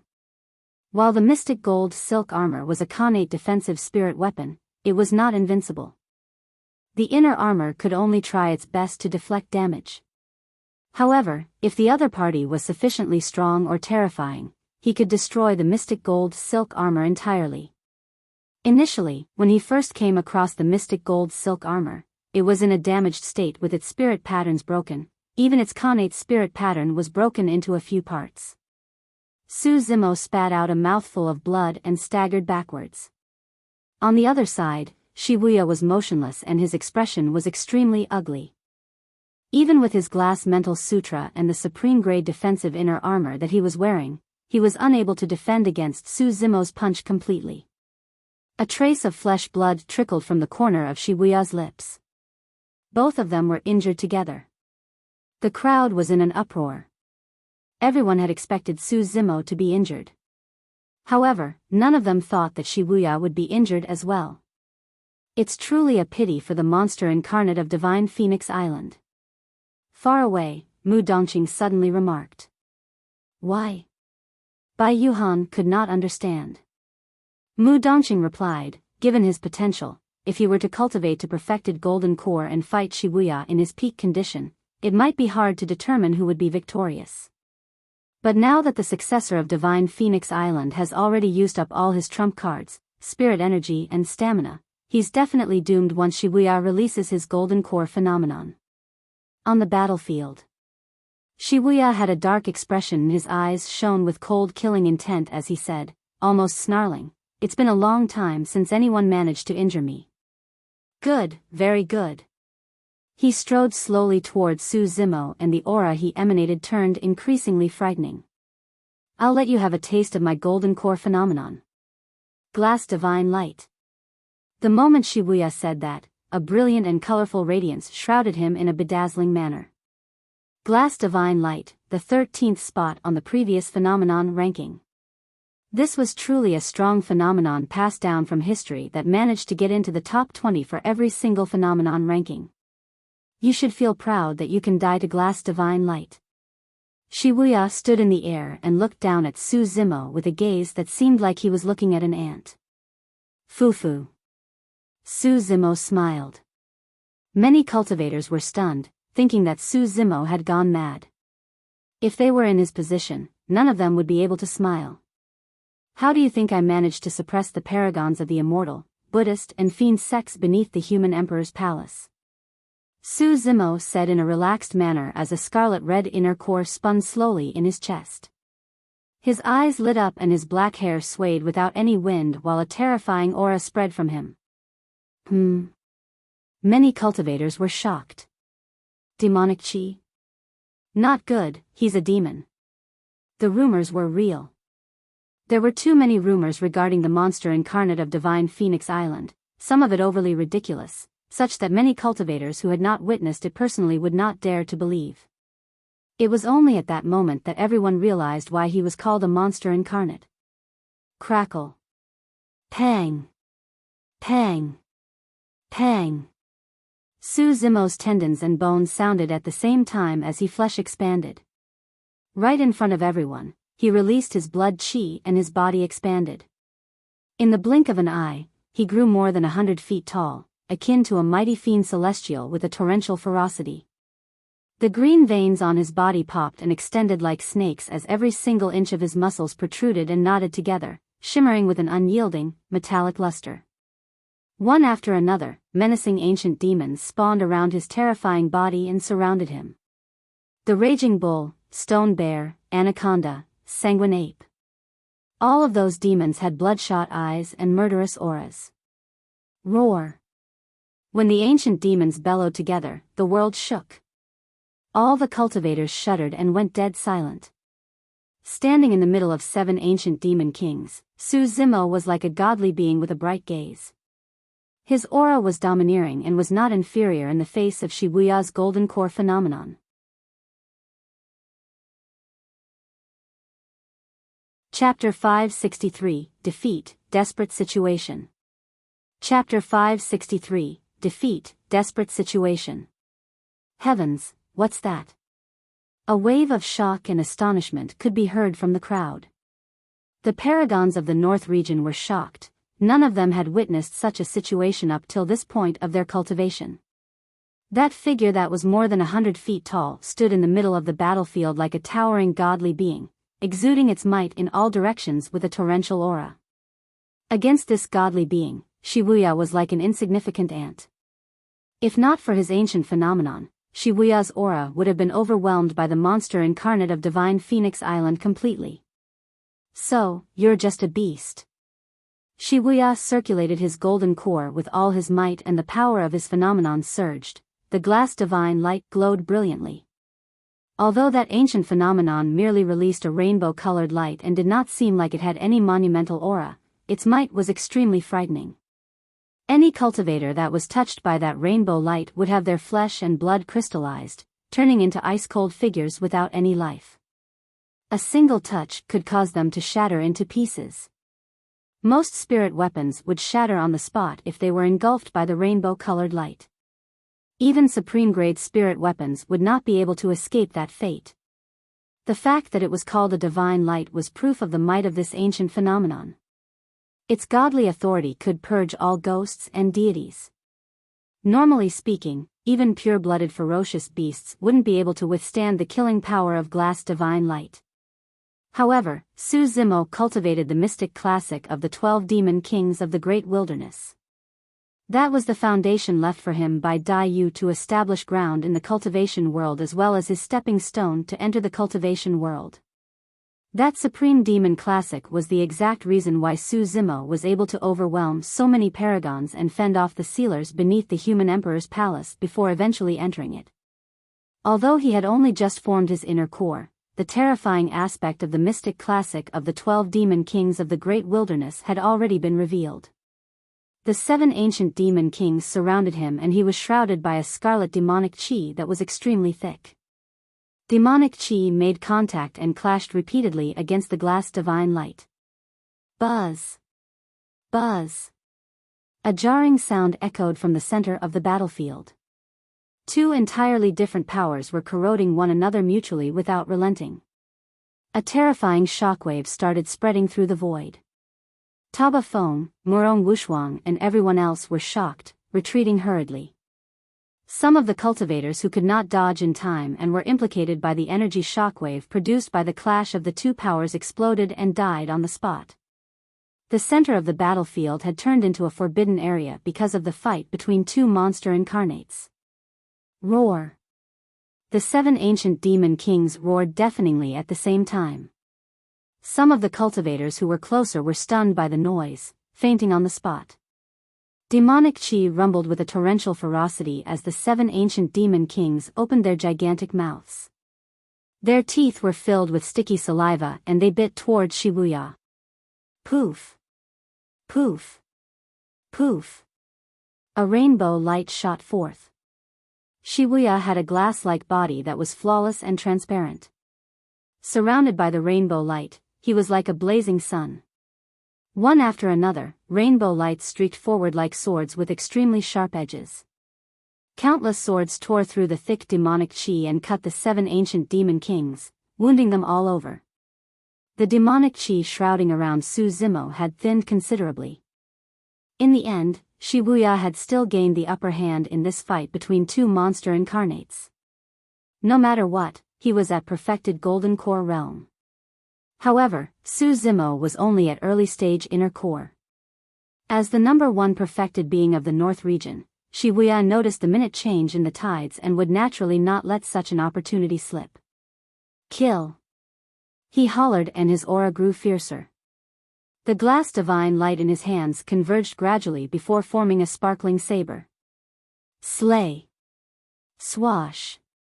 Accompanied by Wuya's roar, the glass saber tore through the demonic chi surging around Zimo and sliced off the head of the bovine demon king. With that, the demonic chi thinned by a portion. Again. Wuya bellowed with an overwhelming aura. The stone bear demon king's body was cut into 2 and dissipated. Once again, the demonic chi thinned. Slay! Slay! Slay! Slay! Slay! Wuya released 5 consecutive slashes and the remaining 5 ancient demon kings were cut down by the glass saber in an extremely miserable manner with their limbs splaying. In the blink of an eye, the 7 ancient demon kings surrounding Zimo had been dispersed by the glass divine light. The demonic chi was now extremely thin. With the loss of his demonic chi's protection, no matter how unparalleled Zimo's body was, he would definitely not be able to withstand the might of the glass divine light. The situation was extremely clear right now. Sigh, he's still slightly inferior at the end of the day. Mu Dongqing sighed. Indeed, it's true that the monster incarnate of Divine Phoenix Island does not stand much chance of victory against the number 1 perfected being of the North region after fighting with so many paragons and depleting his spirit energy. Furthermore, the 2 of them are a few levels apart in terms of cultivation realm. Bai Yuhan nodded. If he's at perfected golden core realm, it might be hard to determine the victor of this fight. Double phenomenons. Not only that, those were lost primordial phenomenons. To think that he would die just like this. Someone from Divine Phoenix Island who wants to come onto Tianhuang mainland and fight for the vermilion fruit is bound to be targeted by everyone. That's right. This man is a demon, it's nothing even if he dies. Zimo had killed too many paragons of the North region and have already sown deep feuds with the major sects and factions of the North region. Nobody was hoping for him to be victorious. Ha ha ha ha. When he saw that the situation was set, Wuya reared his head in laughter and declared loudly, "A beast is a beast at the end of the day. Do you really think that you're my match just because you suppressed many paragons beneath the human emperor's palace?" Wuya took a step forward and slashed with his saber.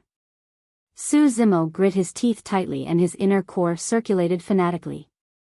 The remaining demonic chi shrouding him condensed into a shield. Bang! The shield exploded. Zimo let out a dull grunt. The power of the phenomenon ate into him and that massive body of his exploded on the surface, creating a series of cuts that looked terrifying as fresh blood gushed out. "You can't hold on anymore?" Wuya had an excited expression and a cruel glint shone in his eyes as he lunged forward once more. Zimo raised his right hand with the divine phoenix bone and punched forward to defend. Clang! The sound of metal clashing echoed.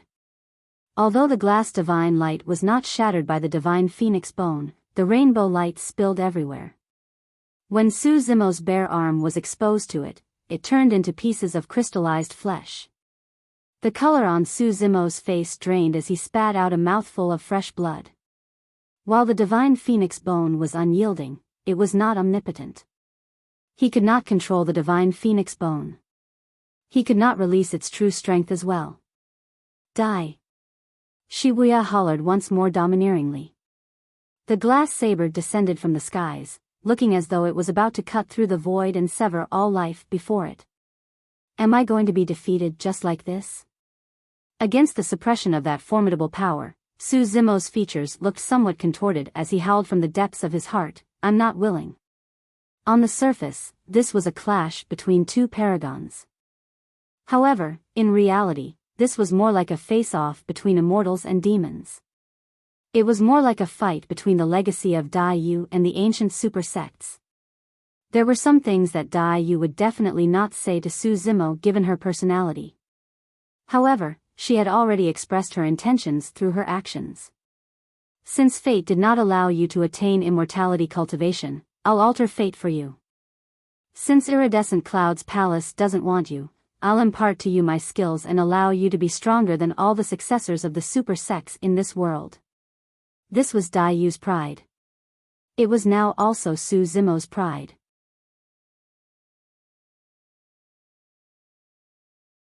Chapter 564, Burst. Chapter 564, Burst. 8 years ago, Dai Yu transformed into a butterfly and left without a trace. However, Zimo had never felt lonely during this period of time. Perhaps, Dai Yu had been keeping watch of him from some other world. Furthermore, Zimo was convinced that his future would not lie in Tianhuang mainland. There would come a day when he would finally break through this void before him and travel to that foreign world in his pursuit of Dai Yu. He wanted to go and meet her. He wanted to arrive before her and tell her, "I'm here." It did not matter if the path ahead was filled with obstacles, it did not matter if it was an endless hell before him, it did not matter if countless strong foes wanted to stand in his way, nothing could waver Zimo's determination. At the thought of Dai Yu, Zimo was filled with a sense of courage. When he thought about her, he could not help but recall her domineering and imposing methods. How could the mystic classic of the 12 demon kings of the great wilderness lose? How could Dai Yu lose? How could I lose? I'm not willing. Ah! Zimo reared his head and roared into the air. With the circulation of his inner core, his blood chi rose, his tendons and bones echoed together, his blood marrow gushed and his organs trembled. Body tempering, tendons transformation, bones strengthening, marrow cleansing, organs refinement, orifice clearing, core formation. all 7 sutras flowed through his mind. A series of strange sounds came from that body that was 100 feet tall. It seemed as though someone was chanting those sutras relentlessly. With the support of that sound, the turtle-like cracks on Zimo's body healed at a speed visible to the naked eyes. The gradual gathering of the sound seemed to have triggered something and released a shuddering energy. Zimo's eyes lit up as he welcomed the incoming glass saber. The demonic chi in his body surged and he charged forward instead of dodging or retreating. "You're asking for death." Wuya's gaze was vicious as he slashed forward savagely, gripping his glass saber with both hands. Boom! Zimo threw out a punch. At the same time, a gigantic demon beast could faintly be seen from the rumbling demonic chi behind him. It looked like a blood-colored butterfly that was vaguely discernible. There were 2 bright, round moons etched on the wings of the butterfly, resembling a pair of indifferent eyes. Zimo punched forward. The blood-colored butterfly did not move at all and those moon-like eyes on its wings flashed. An incomparably strong power cruised through Zimo's body, bursting instantly along with his fist. Boom! The saber collided against Zimo's fist with a resounding bang. Wuya's expression changed once again and from the depths of his eyes, a hint of panic and fear could be seen. Right in front of everyone, the glass saber in Wuya's suddenly exploded. The rainbow light dispersed. Wuya's golden core phenomenon had shattered entirely. Shuddering, Wuya choked and could not help but cough out a mouthful of blood, as though he was struck by thunder. All the paragons of the North region exclaimed. Everyone witnessed the monster incarnate of Divine Phoenix Island fall into a desperate situation where he could die at any moment. Yet, for some unknown reason, he suddenly gave off a burst and destroyed Wuya's golden core phenomenon instead. In the blink of an eye, the tides had reversed. The faint blood-colored butterfly behind Zimo had disappeared by now. However, without the protection of his golden core phenomenon, Wuya was definitely not a match for Zimo in his demon form. Boom! Zimo strode forward and extended his massive palm, crushing down in an encompassing manner. Wuya did not have time to dodge and could only raise his arm to defend reluctantly. Bang! A dull sound of defeat echoed as the 2 of them clashed. Wuya merely felt a sharp pain run through his arm and instantly, he was drenched in cold sweat. Zimo did not give him a chance to catch his breath at all. Both of them were rare prodigies in terms of melee combat and would naturally not give up on such an opportunity. He threw yet another punch down. It seemed like a supreme gigantic seal that was smashing down from the heavens, about to quake the mountains and ground. Boom! Wuya could only prop up both arms to receive the blow. Shuddering, he retreated once more. Yet again, he coughed out a mouthful of blood that was now already blackish. His organs were shaken. Otherwise, his blood would have definitely been red. At that moment, Wuya could no longer feel pain in both arms, they were numb by now. Zimo was extremely precise in his timing such that Wuya did not even have the time to withdraw weapons, talismans, or elixirs. If this continued, both of Wuya's arms would be snapped by Zimo within a few rounds. The 2 of them were extremely close. Wuya could clearly sense that Zimo's breath also carried a hint of blood stench. This meant that Zimo was already significantly injured through this battle. Right now, both of them were at their limits. If he were to fight to the end, he might still be able to win. However, Zimo's aura was way too overwhelming and sharp at the moment. After enduring a few hits repeatedly, Wuya had already given up on the thought of fighting Zimo to the end completely. He could not die. He was less than 100 years old. He was the #1 perfected being of the North region. At such a young age, his future had unlimited potential. As long as Wuya wanted to, he could even transcend to the nascent soul realm. Of course, there was no way he could do his breakthrough in such an intense battle. The ascension from the golden core to the nascent soul realm was a leap in quality. Even if he was the peerless monster incarnate of paragons, he could not guarantee a 100% success rate. Breaking through on the battlefield was equivalent to committing suicide. Even without outsiders interfering, a single distraction was enough for them to perish. Suddenly, Wuya hollered, "What are you guys waiting for? This beast's blood chi is drained and he's only putting on a strong front. A simple attack from everyone together is enough to kill him here." That single statement proved that Wuya had lost. The reputation that he gained over many years was instantly destroyed at this moment. However, compared to his life, Wuya could not care any longer. As long as he stayed alive, he could get his hands on the vermilion fruit and everything that Zimo possessed. His combat strength would definitely be raised yet another level. At that time, he would even have a high chance of entering the top 10 of the phenomenon ranking once he enters the intermediate ancient battlefield. Perhaps, he might even be able to compete against Jian, the number 1 of the previous phenomenon ranking. He was going to personally retrieve the reputation and dignity that he lost today. Nobody made a move. Even the masked man who accompanied Wuya did not move, watching everything with a cold gaze. He had his own selfish reasons as well. Initially, there was no chance for him to make a name for himself with Wuya riding over him. He could never get more resources in the sect compared to Wuya. But now, if Wuya were to die with the monster incarnate of Divine Phoenix Island severely injured, there would be a high chance he could be the last standing victor and get his hands on all the treasures. There were only 2 reasons why everyone else did not move either. On the one hand, the paragons of the North region still had a trepidating fear after being beaten by Zimo. On the other hand, they were still observing at the side.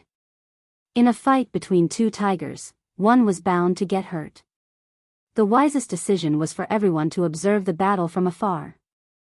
Right now, it was not the best opportunity to strike yet.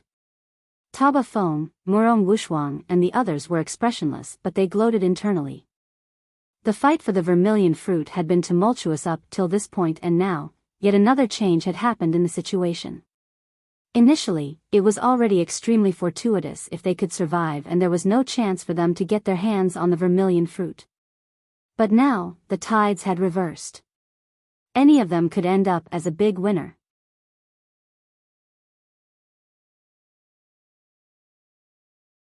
Chapter 565, Fall of Wuya. Chapter 565, Fall of Wuya. The old man from Glass Palace stood in the pavilion expressionlessly with his hands behind his back, gazing in the direction of the great Qian ruins with an indifferent stare. Although he looked scrawny, as though a gust could blow him over, none of the nascent souls present inside and outside the pavilion dared to move. There was no longer any meaning to the vermilion fruit fight with Wuya's appearance. In everyone's opinions, the lives of the paragons of the North region were now decided by fate. The astute and sharp cultivators who chose to leave and give up on the vermilion fruit fight would be considered logical. If anyone wanted to challenge Wuya because of the vermilion fruit, they would be committing suicide. The nascent soul of Duanmu clan had a grim expression. Duanmu Kong was the golden core with the greatest potential in the Duanmu clan in 500 years, overwhelming all over cultivators of the same realm. To think that he would be killed by Wuya. Suddenly, the entire fight for the vermilion fruit seemed meaningless after knowing that Wuya had arrived. That was because everyone knew the outcome of the fight. It was no wonder why the paragons of the North region would suffer such an immense defeat. It was no wonder why even paragons of the 10 upper sects and 4 gentry clans fell one after another. It was no wonder why the situation could not be contained even with the appearance of the successors of the 2 ancient aristocratic families. Right now, everything was clear. It was all because of Wuya. The many nascent souls remained silently, awaiting the final outcome. All of a sudden, the old man from Glass Palace, who was initially standing with his hands behind his back, frowned. Swiping his shriveled hand across his storage bag, he withdrew a destiny talisman and gazed at it. The radiance on the destiny talisman shimmered, as though it had received an immense blow. The old man from Glass Palace narrowed his gaze and a cold glint could be seen in his hazy eyes. The young master seems to have met with some trouble. Could there actually be a paragon in the North region who could challenge the young master? The moment that thought crossed his mind, the destiny talisman in his hands flashed repeatedly. After a momentary pause, the radiance on the destiny talisman dimmed gradually. The old man from Glass Palace was stunned. This was no longer any ordinary trouble. It seemed like Wuya was undergoing some unprecedented danger and could fall at any moment. The abnormal reaction from the destiny talisman attracted the stares of other nascent souls as well. Suddenly, a stir broke out from the crowd. What's going on? That destiny talisman belongs to Wuya? It should be. The old man seems like he's really concerned. Who in the North region could pose a threat to Wuya? I'm not sure. The old man from Glass Palace clutched the destiny talisman with an unpredictable expression. After a moment of hesitation, his eyes flashed with conviction as he declared coldly, a nascent soul must have infiltrated the great Jian ruins. Otherwise, given Wuya's strength, even if all the paragons of the North region joined forces, none of them would be a match for him. Indeed, that was possible from Wuya. However, it was not exactly possible for a nascent soul to infiltrate the great Jian ruins. All of the nascent souls were gathered here and their spirit consciousnesses surveyed the surroundings. There was no way a nascent soul could have sneaked past them, avoiding detection. It was obvious what the old man from Glass Palace meant by saying that. I've got to see who would dare interfere in the fight for the vermilion fruit.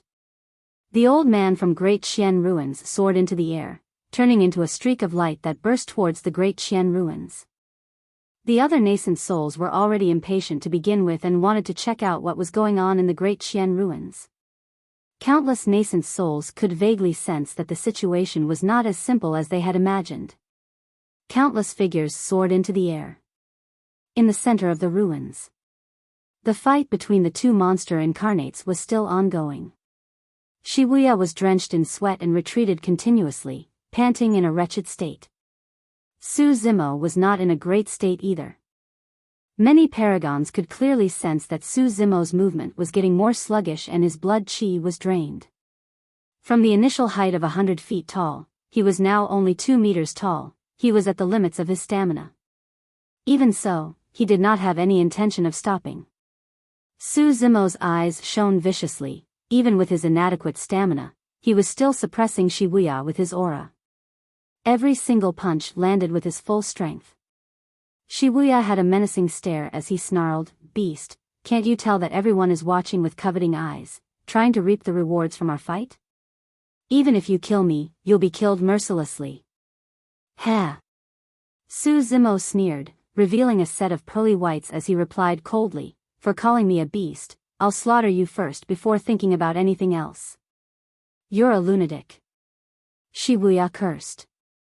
His hair was disheveled right now and he no longer carried the air as the #1 perfected being of the North region.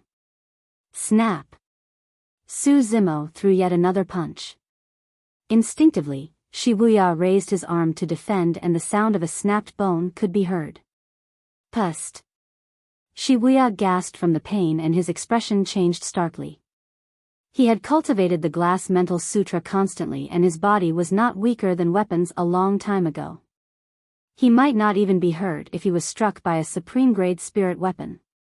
But now, his arm was broken by this monster incarnate of Divine Phoenix Island. The snap of his arm shocked him greatly and he almost fainted from the pain. Naturally, his movements turned more sluggish as well. Zimo's eyes lit up. There was no way he would give up on an opportunity as such.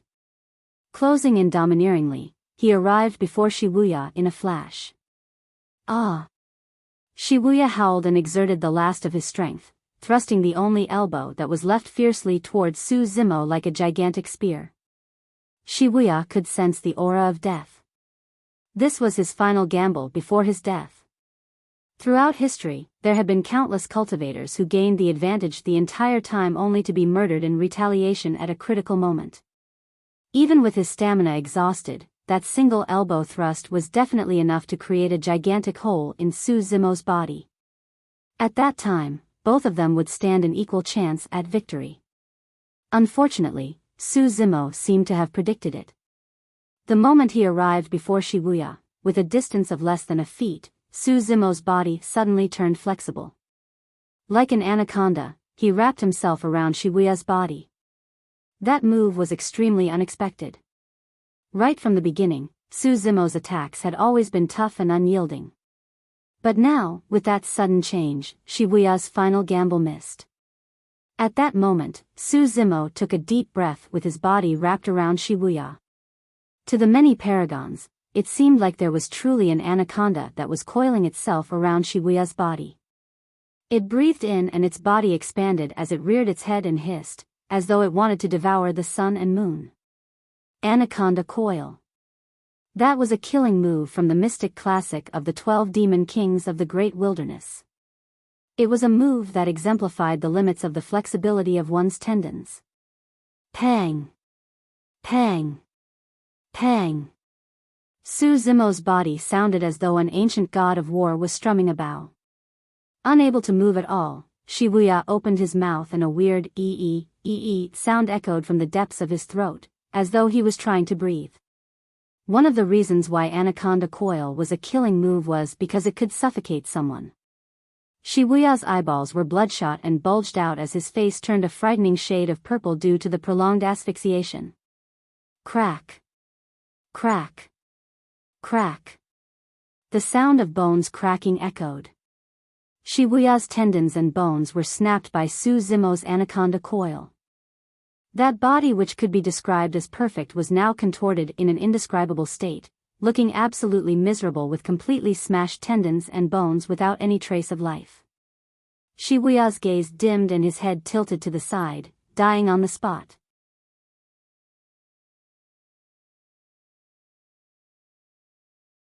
Chapter 566, Pass Through My Sword. Chapter 566, Pass Through My Sword. Wuya, the once #1 perfected being of the North region who dominated the cultivation world overwhelmingly and was completely unmatched across the same realm. For the past 30 years, although he rarely made an appearance, he was still an invincible existence of the Golden Core realm in the hearts of many major factions and sects of the North region. Nobody had expected this. Nobody thought that Wuya would make a move for the Vermilion Fruit fight. Less than that. The Paragons had not expected that Wuya would be murdered savagely with his tendons and bones snapped by someone else in the great Jian ruins. Gazing at that mighty, burly figure on the battlefield, a surreal feeling surged through the minds of the Paragons and they were overwhelmed by sadness. This was the cruelty of the cultivation world. Even if one cultivated to Wuya's level and possessed that frightening combat strength, they could still be killed mercilessly. No matter how glorious of a past they had, paragons that died would be buried in the sands of time and be forgotten eventually. This Vermilion Fruit fight had far surpassed initial expectations of the paragons. There were way too many paragons that died. The ground was sprawled with corpses and blood formed rivers. It was too tragic. Furthermore, up till this point, it was still uncertainty who would end up as the eventual victor with the Vermilion Fruit. There was only one thing that everyone was certain about. From this day forth, there was a new #1 perfected being of the North region. At the same time, that newcomer would die soon as well. Everyone could see Zimo's frailness at the moment. Right now, any random golden core could probably take his life. Although the remaining paragons were mostly injured, they looked at Zimo with fervent gazes, wanting to tear him apart. Finally, a cultivator who could not hold it back anymore stood forward. A centipede dies but never falls completely. Although he could tell that Zimo was already exhausted, that person did not dare to advance and merely hid far away, hollering softly and conjuring a spirit art. Spirit energy surged and condensed into a palm in midair, slapping towards Zimo fiercely. Boom! The spirit energy palm received no resistance and landed viciously on Zimo's body. Zimo grunted dully and his legs wobbled, almost falling to the ground. At the sight of that, the paragons were finally relieved.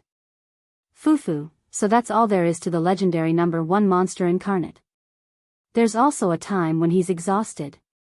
He's nothing but a beast. Humph. How dare a beast try to snatch the vermilion fruit from all of us humans? How impudent. Heavenly piercing sword Sex Paragon wielded his sword and advanced towards Zimo slowly, smirking coldly with a murderous intent. Previously, his chest was pierced by Zimo's saber. Although the wound wasn't deep, he was scheming and seized the opportunity to retreat due to the circumstances. He chose to observe coldly by the sidelines while retaining his strength.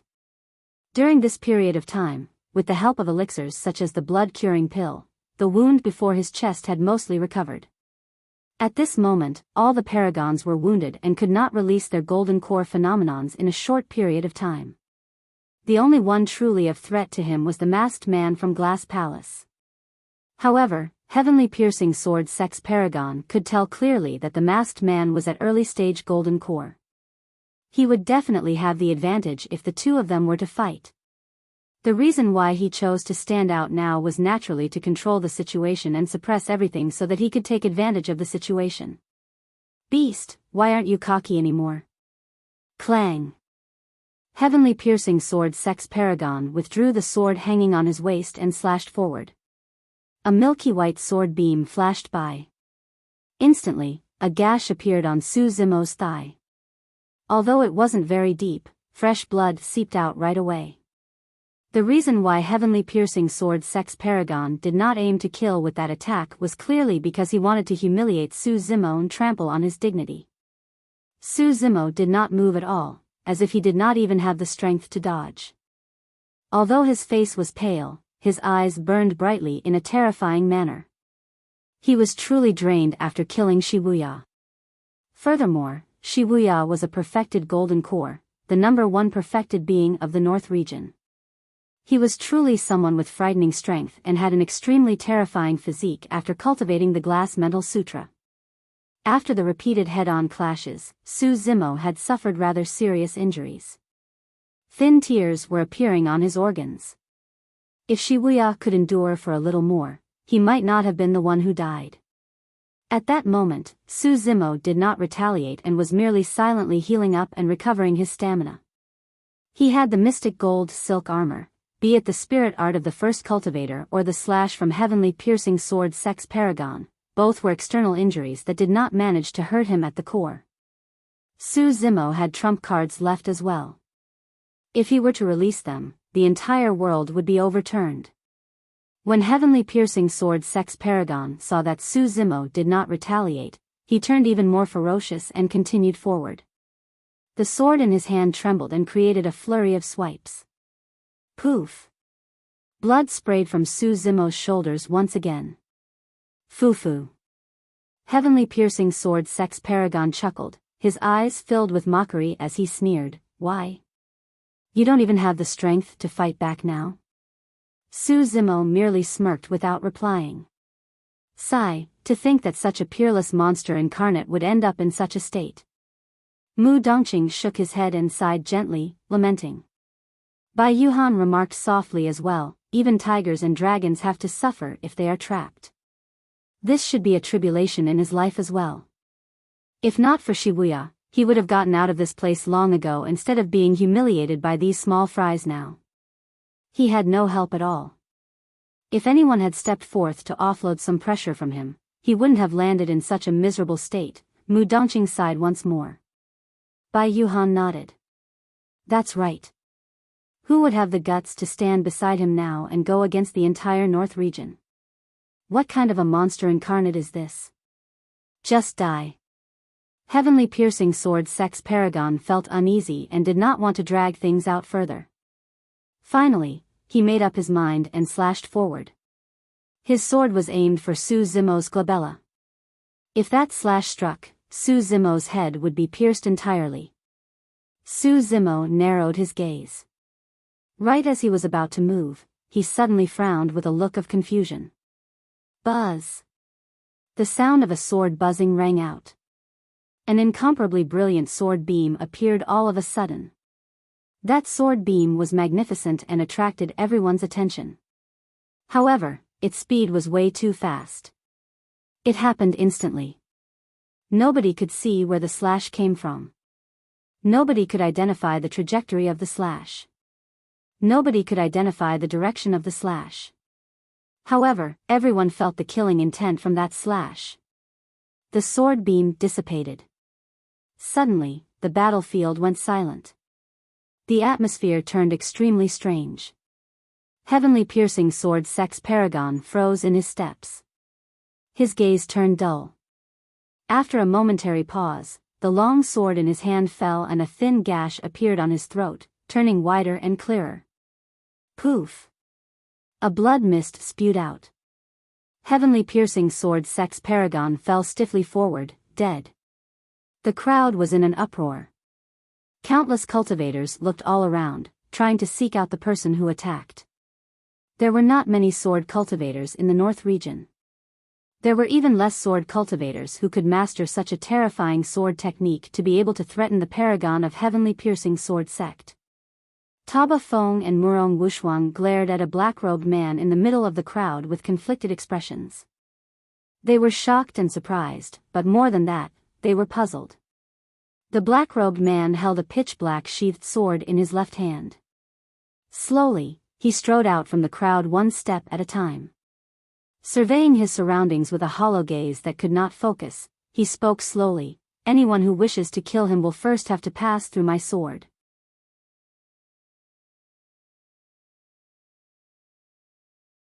Chapter 567, Dugu Jian. Chapter 567, Dugu Jian. Su Zimo did not recognize the black-robed swordsman. He could not understand why this person wanted to help him. However, he once felt an extreme sense of danger stemming from the black-robed swordsman. From that slash earlier on, his gut feeling was verified. That slash happened way too quickly.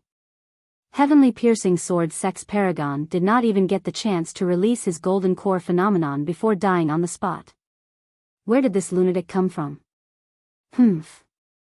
If he's the helper of this beast from Divine Phoenix Island, he might be a beast as well. Everyone should target him. Some sharp cultivators who noticed that the black-robed swordsman did not have any identity badge on his waist assumed that he was an oblivious itinerant cultivator from out of nowhere and started ranting at him. With Su Zimo facing imminent death, there might be many treasures up for grabs.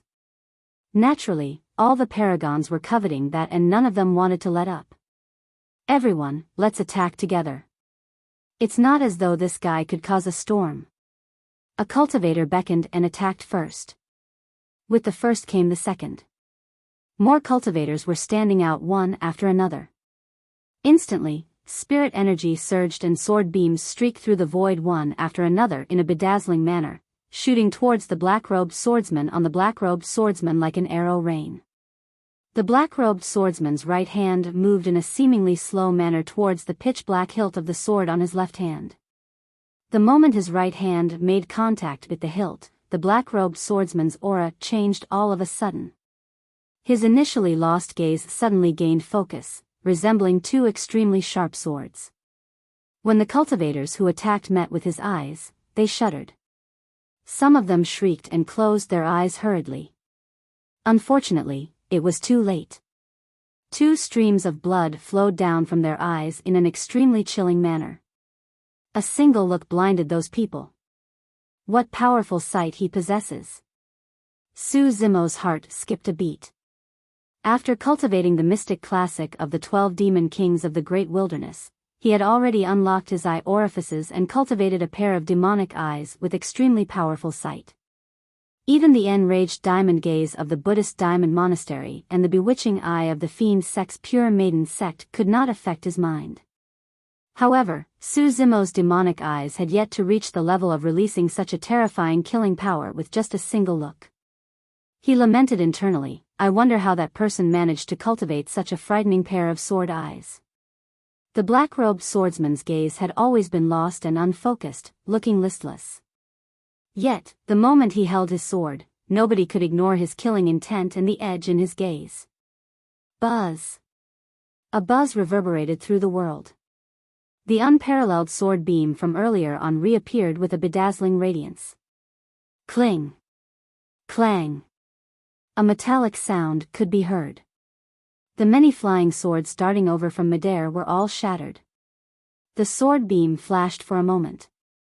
All the cultivators who attacked fell from midair in succession without a single survivor. The moment they fell to the ground, they were already corpses. Although they were prepared for it, not many paragons of the North region present managed to see the black-robed swordsman attack. By the time the paragons realized what happened, the sword had already returned to its sheath. The black-robed swordsman's right hand returned to his side, slumping naturally as though he had never attacked at all. Right from the beginning, the black-robed swordsman had been expressionless. It was as though the death of more than 10 golden cores could not create any emotion in him, not even a single bit. A deathly silence filled the air. Nobody expected that after the appearance of the monster incarnate of Divine Phoenix Island and Shibuya in the Paragon fight, there was still another cultivator that was this frightening that had not attacked the entire time. Who could defend against such a terrifying existence? Dugu Jian, you've gone mad. Taba Feng glared with widened eyes and hollered. Dugu Jian. At the mention of that name, Zimo came to a realization. There were truly not many cultivators with that surname in the North region. Among them, the most famous was the Dugu clan of the 4 gentry clans. However, the cultivator named Dugu Jian before him was way too unlike Taba Feng and the others.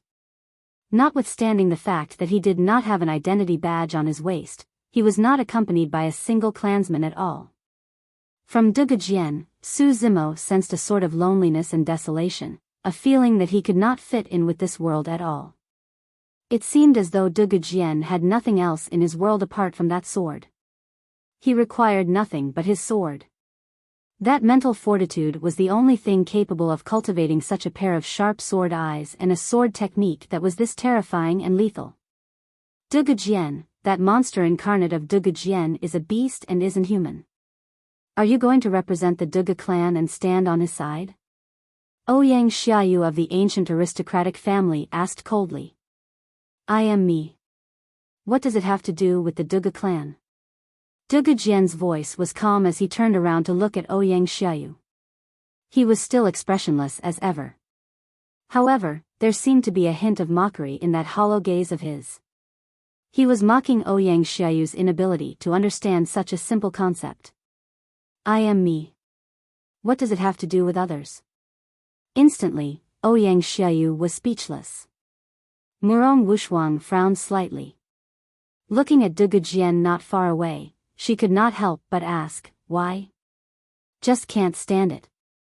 Dugu Jian replied indifferently. Most of the paragons of the North region were confused. What couldn't he stand? Who provoked him? Murong Wushuang was the only one who sighed gently internally with a conflicted expression. She knew the type of hardships Dugu Jian had experienced as well as the pride in this man's heart. Zimo's current predicament must have struck a chord in that man's heart. He was once abandoned by this world as well. Mocked by countless, attacked by countless, bullied by countless and scolded by countless. At that time, nobody helped nor stood by him. This man had reached where he was relying entirely on the sword in his hand, one step at a time. The reason why he was reclusive was not because he hated the world. It was because this world had once abandoned him. The only thing that stayed by his side the entire time and had not abandoned him was that black-sheathed sword in his hands. That was the reason why he couldn't stand it and attacked. He would be equally fearless if he had to make enemies with the entire world, let alone the paragons of the North region. Zimo did not move a single inch. This was an extremely rare opportunity. He had to seize the chance to recover his stamina so that he could escape from this place. There was already nobody in the great Xian ruins who could threaten him with the death of Shibuya. However, Zimo could still clearly sense that danger was approaching. He did not have time to waste. The masked man from Glass Palace seemed to have read Zimo's intentions and strode slowly forward. Since when are those from the Dugu clan allowed to be this cocky? The masked man had a nasty hoarse voice, as though he had suffered immense impact that damaged his windpipe. Scram or die. The masked man glared coldly at Dugu Jian and spat venomously. Dugu Jian was expressionless and silently, merely shifting his gaze slightly. His right hand moved slowly towards the hilt of the black sword on his left hand. Narrowing his gaze, the masked man's hairs stood on end instantly. Buzz! A sword beam flashed. Dugu Jian did not say anything and merely replied with the sword in his hand.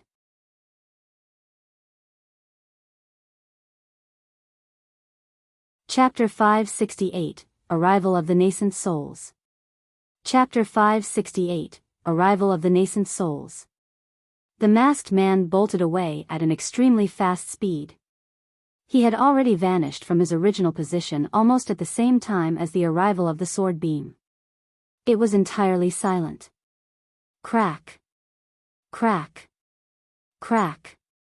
The sound of metal ringing was extremely piercing in the silent battlefield. All the paragons witnessed clearly as a crack appeared on the metallic mask of the man, splitting the mask into two. Clang. The mask fell to the ground, revealing that person's true appearance. Pust. Many people gasped. Some female cultivators even exclaimed. Filled with grisly wounds, that face was extremely horrifying. It looked nefarious like a malevolent ghost, as though it was eaten away by something. For some unknown reason, Zimo felt an indescribably strange feeling when he saw that face. Sensing the weird stares all around, the masked man had a venomous expression as he howled deeply with an endless hatred surging in his eyes. I'm going to kill you. The masked man strode forward with a torrential aura. Boom! One after another, streaks of rainbow-colored lights appeared behind the masked man with a frightening energy fluctuation that threatened to destroy everything in the world. Ancient phenomenon, glass divine light. Although the masked man's glass divine light was clearly not as terrifying as Wuya's, it was nothing to scoff at as well. After all, that was Glass Palace's legacy phenomenon. Heavenly encompassing swords. Clang. Clang. The sound of swords buzzing reverberated relentlessly through the world. A series of sword chis appeared behind Dugu Jian once after another, encompassing the entire firmament as they streaked over with a daunting might. Glass Divine Light was ranked 13 on the previous phenomenon ranking. Heavenly Encompassing Swords was ranked 40 on the previous phenomenon ranking. But now that the two phenomenons clashed, they were on even ground. On the one hand, the masked man's cultivation realm was only at early stage golden core. On the other hand, the might of heavenly encompassing swords was truly pushed to its limits in the hands of Dugu Jian. In the hands of different people, the same golden core phenomenon would also release a different level of might. Fellow Taoists, if we don't strike now, all of you guys are going to be hunted once that beast recovers. Ouyang Xiaoyu surveyed the surroundings and declared coldly. She had already noticed that Zimo was recovering his stamina and channeling qi to heal himself. The paragons present looked hesitant. However, after exchanging glances, most of them were decided. If they did not give it their all now, it would be hard for a similar opportunity to present itself in the future. Kill. Someone strode forward and growled deeply. Kill. Kill. Kill. Many cultivators roared in unison with a mighty aura, as though they were bolstering their own courage as well. Flying swords and spirit arts filled the air. There was only a single target, Zimo, who was in the center of the battlefield. Zimo's eyes gradually narrowed with a vicious glint. Clang. Clang. Before Zimo made a move, Dugu Jian waved his palm and directed a portion of the heavenly encompassing sword qi in the air to form a barrier that wrapped around Zimo. Bang. Bang. Bang. The flying swords that struck the barrier of sword qi were repelled instantly. Spirit arts that rammed onto it dissipated right away. In terms of combat strength, the only one who could match Dugu Jian right now was the masked man from Glass Palace. Buzz. A sword beam flashed. Dugu Jian had attacked once more. That slash seemed to transcend the void and arrived before Ouyang Xiaoyu instantly. The green wand was the first to sense the killing intent and burst in retreat with Ouyang Xiaoyu on it instantly. Poof! The sword beam shot into the green yuan. It let out a tragic howl. Although it was a pure-blooded ferocious beast, it could not withstand Dugu Jian's slash. While that wound was not deep, when the sword chi entered its body, it destroyed all life within it almost instantly. The green yuan was dead. Ouyang Xiaoyu's face was pale as a sheet as she barked hatefully with vengeful eyes. "How dare you hurt my spirit beast, Dugu Jian?" Dugu Jian did not reply. Another sword beam flashed. Poof! A scarlet streak appeared across Ouyang Xiaoyu's chest and her gaze dimmed gradually. Initially, she was a blessed woman from the heavens. Born with fairy-like looks and in an ancient aristocratic family, any cultivator that saw her would naturally feel a sense of inferiority. There were few cultivators who could bear to attack her. Unfortunately, her opponent was Dugu Jian. In his eyes, Ouyang Xiaoyu was nothing more than an ordinary cultivator. There was no great deal about killing her. The blessed woman of an ancient aristocratic family fell from midair, already dead by the time her body reached the ground. Boom! At the end of the day, Dugu Jian had still used up quite a bit of his focus to divert part of his phenomenon's power to protect Zimo while killing Ouyang Xiaoyu. The masked man seized the opportunity to strike. Boom! An arm flawless as jade tore through the air with a fist that resembled a steel hammer, bursting forth with an extremely alarming might instantly. Dugu Jian's expression did not change. Unable to raise his sword in time, he could only punch in retaliation. Bang! The two fists collided. Snap! The sound of bones cracking could be heard. Dugu Jian's wrist was snapped by the masked man, twisting to an unbelievable degree. Glass Palace was the best versed in body tempering in the cultivation world. Glass Palace disciples, even if they were not Wuya, had extremely strong physiques and frightening melee combat strength that ordinary cultivators could not imagine. However, what everyone truly felt terrified about was Dugu Jian. Even with his snapped wrist, Dugu Jian was still emotionless as ever, as though that was not his hand and he did not feel any pain at all. He was way too calm. Dugu Jian was so calm that nobody could sense any trace of panic coming from him. Despite his snapped wrist, Dugu Jian did not stop at all and instead, raised his sword in reverse without giving the masked man a chance to follow up at all. The masked man retreated slightly slower and instantly, a bloody gash appeared on his chest. Poof! Once again, the masked man's expression changed as he spat out a mouthful of fresh blood. He could clearly sense an endlessly sharp sword chi surging into his body, trying to cut up his flesh, bones, tendons and organs. Hurriedly, he channeled his blood chi to suppress it. After spitting out a mouthful of blood, he managed to contain the wound and purge out the sword chi. Although it seemed like he gained the advantage in that exchange of blows, in reality, they were on even ground. The only difference for Dugu Jian with his snapped left wrist was that he wouldn't be able to hold on to his sword sheath with his left hand. However, Dugu Jian's sword technique was completely unaffected and turned even more intimidating instead. A paragon was bound to die with every single attack of his. Both sides continued in the stalemate. All of a sudden, the sound of clothes fluttering through the air could be heard from the distant horizon. A series of incomparably strong auras surged forward, tearing through the air. The auras were wildly berserk, seemingly filled with rage, as they sped over. Before they even arrived, an unnerving dominance had already engulfed everyone present. This aura. Nascent souls. Even nascent souls are alarmed and there's so many of them. Instantly, the crowd went wild. Everyone knew that they would definitely fade into the background the moment nascent souls interfered. It was unknown who the vermilion fruit would end up with eventually, that would still depend on the capabilities of the nascent souls. However, there was only one thing everyone was certain of: somebody was about to die. That person had slain way too many paragons of the North region and had offended almost all the factions of the North region. He was definitely doomed to die today.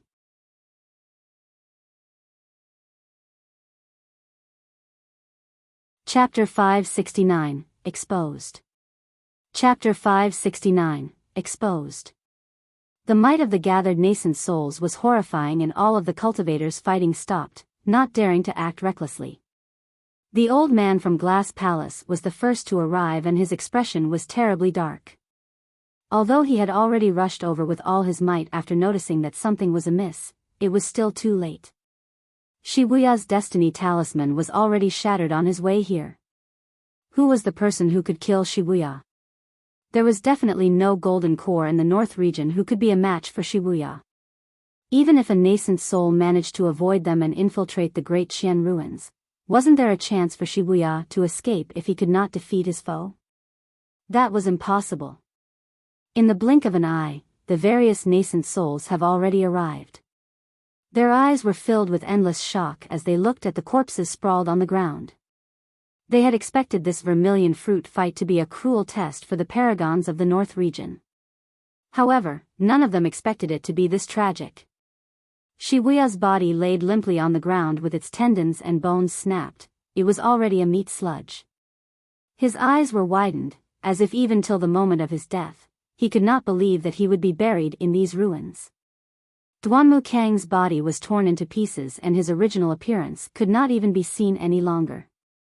Ouyang Xiaoyu's corpse had a gash on her chest that was evidently created by an expert of the Tao of the Sword. There were way too many paragons that could no longer speak at this point either, as they laid on the ground as ice-cold corpses. The old man from Glass Palace's gaze turned extremely sharp as he surveyed his surroundings, scanning everyone present. When he came across Zimo, he paused slightly. Zimo was extremely calm, and there was no trace of fear in his eyes even as he faced this many nascent souls. When he sensed the stare from the old man of Glass Palace, Zimo smirked and glared back in return with the same intensity.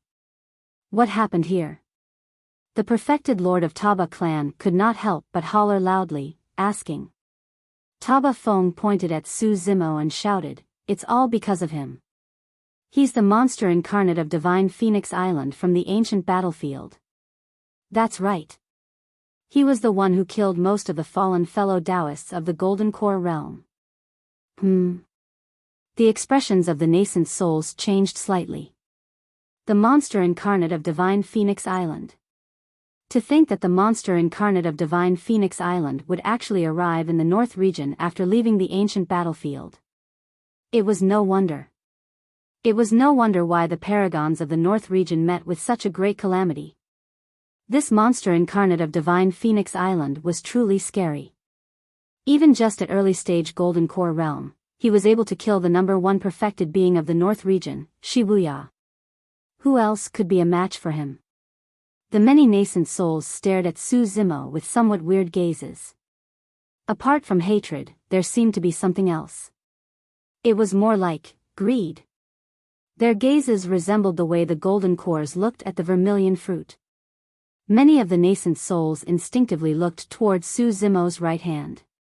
There was a rumor in the cultivation world that the monster incarnate of Divine Phoenix Island's right hand contained a supreme treasure, the Divine Phoenix Bone. That was the bone of a divine being. Even void reversions and dharma characteristics would be tempted to get their hands on a treasure as such, let alone nascent souls. The gaze of the old man from Glass Palace flashed. In his eyes, there was far more than the Divine Phoenix Bone to Zimo. This man possessed way too many secrets in his body. There was everything concerning Divine Phoenix Island. The legacy of the Saber Emperor. The secrets within the human emperor's palace. Also, was this monster incarnate a human or demon? How could immortals and demons coexist? The only way to find out about those unknowns was by capturing this monster incarnate. Monster incarnate of Divine Phoenix Island. Great, great. The old man from Glass Palace had a cold tone. Withdrawing an antiquated mirror from his storage bag, he said, "Let's see what the true form of this monster incarnate is." When he heard that, Zimo's heart sank. Before he could react, the old man from Glass Palace flung the mirror in his hands in the air. Instantly, a resplendent radiance burst forth in a bedazzling manner. The endless radiance converged into a light column that descended on Zimo. There was an extremely mysterious power in the light column that did not contain much killing power. However, Zimo shuddered and his bones and tendons rang at the same time as his body shrank uncontrollably.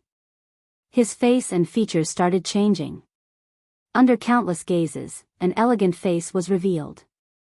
The burly man with rough features earlier on had vanished entirely. Who is this? Is he the monster incarnate of Divine Phoenix Island? So, the monster incarnate of Divine Phoenix Island is a human. He looks rather refined, like a scholar. To think that such a frail and refined scholar would be so domineering. I truly couldn't tell it all. Zimo's heart sank as he heard the discussions. He knew that he could not hide everything anymore. Even when he saw so many nascent souls arrive, Zimo could still maintain his composure. However, he truly had not expected that his true appearance would be exposed by a mirror. In the cultivation world, there was a dermic weapon to deal with demons known as the Demon Revealing Mirror. Although the Demon Revealing Mirror did not have much killing power, it could expose the true appearance of demons and expose all their disguises. Despite his endless precautions, Zimo had missed this out. With this mistake, all his efforts had gone to naught. Zimo merely felt his limbs go cold. In fact, he even felt devastated. Even if he could escape from this place, he wouldn't be able to survive for long. He could not return to Ethereal Peak. Otherwise, Ethereal Peak would be destroyed because of him. It was even more so for the Yen country. Otherwise, Yen country would be annihilated. While the North region was huge, there was nowhere he could hide.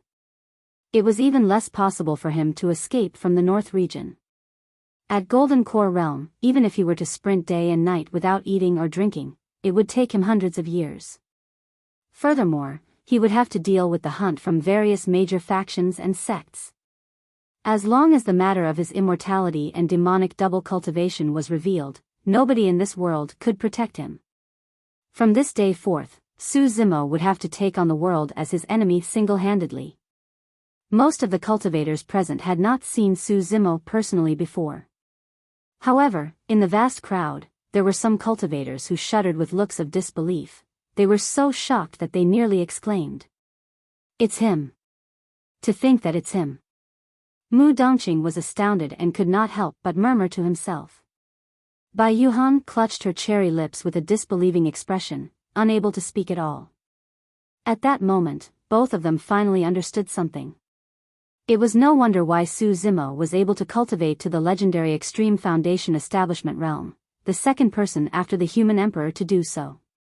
That was because he was the monster incarnate of Divine Phoenix Island and had entered the human emperor's palace.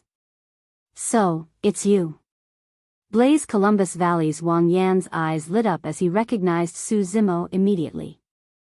A month ago, this was the refined scholar that wiped out most of the cultivators from Blaze Columbus Valley, Stellar Luna sect and Shadowless sect, causing them to suffer a massive defeat. It was no wonder why this person also had the divine turtle phenomenon. It was because he was the same person from a month ago. Since this person had a double phenomenon, it meant that he did not fight with his full strength a month ago. Today's battle was the example of this man's full strength without holding back. Wait, something isn't right. Suddenly, Wang Yan's expression changed. This man did not fight without holding back today either. A month ago, he had a gigantic seal that was a connate spirit weapon. However, that weapon did not show itself today. A month ago, he also had a quasi-connate spirit weapon that he used to shoot Qian Sinew of Stellar Luna sect to death, that wasn't shown today either. Just how many more secrets are there to this man? What else does he have up his sleeves? That thought sent shivers down Wang Yan's spine.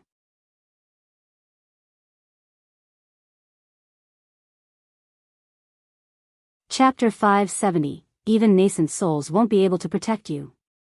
Chapter 570, Even Nascent Souls Won't Be Able to Protect You. After the masked man from Glass Palace caught sight of Zimo's true appearance, his first reaction was to freeze up. Thereafter, an endless hatred filled his eyes as he burst into laughter menacingly. Fufufu. Ha ha ha ha ha. His hoarse voice was deep like a baleful ghost from hell. So, it's you. The masked man had a venomous expression as he snarled with grit teeth. Do you recognize me, Su Zimo? Su Zimo. I seem to have heard that name before somewhere. It's a little familiar. A commotion broke out among the crowd. I heard that a disciple from a major sect within the territories of Great Zhou cultivated to the extreme foundation establishment realm and is called the second human emperor. His name is Su Zimo. Oh, that's him. I've heard of him before. I heard that this man was outrageous in the ancient battlefield and obtained the Saber Emperor's legacy. He wiped out Poison Sect single-handedly before killing cultivators of Glass Palace and Malevolent Earth Sect. At that time, the sudden appearance of Divine Phoenix Island's monster incarnate drowned his reputation in the ancient battlefield. To think that they're both the same person.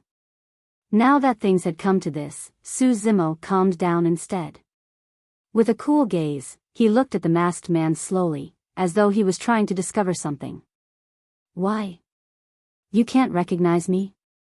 The masked man laughed, his initially ugly face turned even more frightening. Pei Chunyu? Su Zimo raised his brow. Any Glass Palace cultivator that could recognize him had already perished in the ancient battlefield. There was only a single person whose whereabouts and life and death was unknown, Pei Chunyu. That's right, it's me. Pei Chunyu ground his teeth and spat hatefully. It's all because of you that I'm in this state right now. Luckily, the heavens took pity on me and I finally found you. Every single word from Pei Chunyu was filled with an endless hatred, as though he wanted to tear Su Zimo apart. Back in the fog valley of the ancient battlefield, he managed to survive after taking a huge risk and hiding inside the abdomen of a cloud-seeking leopard. At the same time, he was corroded by the strong digestive fluids of the cloud-seeking leopard which distorted his features. During this period of time, there were countless times when he jolted awake from his dreams because of that elegant face, shivering in fear and drenched in sweat. That face and figure had already turned into his nightmare. He could not erase it.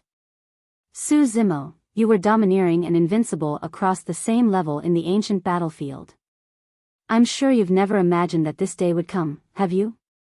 Pei Chunyu barked coldly. I've sworn countless times to return everything I've suffered 100 times more to you. I'm going to let you suffer a fate worse than death, tormenting you day and night till without allowing you to die or rest. The many paragons felt chills run down their spines when they heard that. Those words could have only been spoken with immense hatred. Su Zimo did not say anything, merely healing up in silence as he recovered his stamina. When he heard Pei Chunyu's words, Su Zimo's lips curled with a mocking expression. He looked at Pei Chunyu like a pitiful insect. That gaze triggered Pei Chunyu once again. Su Zimo. Pei Chunyu bellowed with a menacing expression, gripping his fists so tightly that they cracked. Don't get cocky. I'm not only going to torment you, I'll capture your kin and torture them viciously right before you. I'll let you witness and experience that pain personally. The paragons were secretly shocked. Pei Chunyu had gone insane. The only way to purge his mental demon was if he could kill Su Zimo. Otherwise, he would definitely die from his own demons before long. When he heard that, Su Zimo's expression suddenly turned cold. He did not have much kin left. Be it Su Hong or Xiaoning, they were his Achilles heel and neither could be touched. Expressionlessly, Su Zimo said slowly, Pei Chunyu, you were lucky to have escaped the last time. You will definitely die today. Ha ha ha ha. Pei Chunyu reared his head in laughter, as though he heard the greatest joke in the world. Because of what? You? Notwithstanding the fact that your stamina is depleted, your spirit energy is drained and you're at your limits, even if you are in peak condition, so what? Pei Chunyu pointed to the many nascent souls nearby and shouted, there are so many nascent soul seniors around. There's no room for you to be brazen. Monster incarnate? In the eyes of nascent souls, you're nothing but an ant that can be squashed at any moment. Su Zimo smiled as well. Lowering his head, he twirled his fingers and said leisurely, do you think that I won't be able to kill you with these nascent souls around? Insolent. The old man from Glass Palace suddenly roared. It was a rich sound that boomed like thunder. Many golden cores shuddered with frozen gazes and fell limply. Zimo's expression did not change and his body merely swayed slightly. With his double immortality and demonic cultivation, he had a strong physique and he had even cultivated a powerful vocal secret skill before. Although the sound released by the old man from Glass Palace was powerful, it was not enough to affect Zimo's mind. More than half the paragons of the North region died in Zimo's hands in this vermilion fruit fight. At this moment, there were countless nascent souls staring at Zimo. It was truly ridiculous if he wanted to kill Pei Chunyu right under everyone's eyes.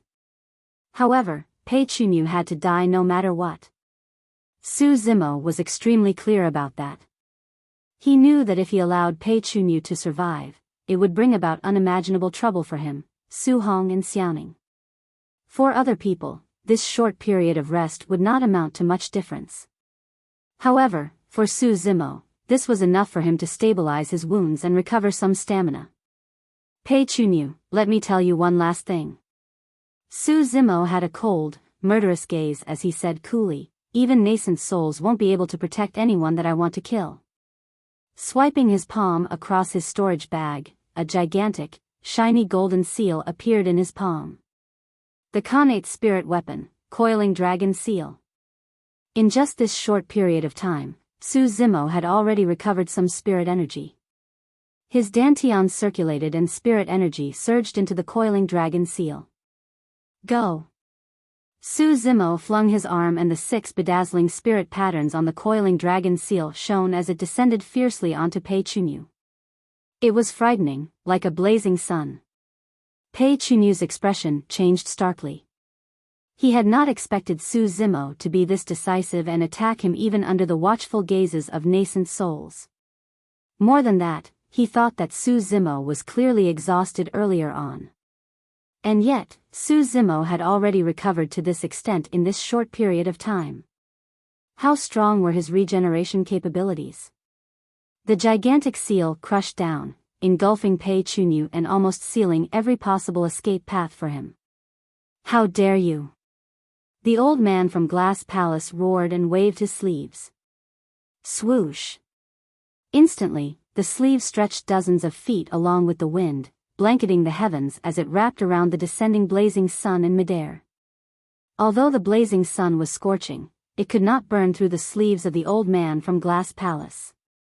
No matter what, Zimo was only at early stage golden core at the end of the day. He was definitely not a match for a nascent soul in a direct clash. Pei Chunyu raised his head and only felt relieved when he caught sight of the blazing sun wrapped in the sleeves.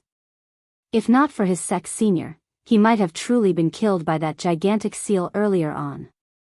At that moment, Pei Chunyu experienced another sense of trepidation.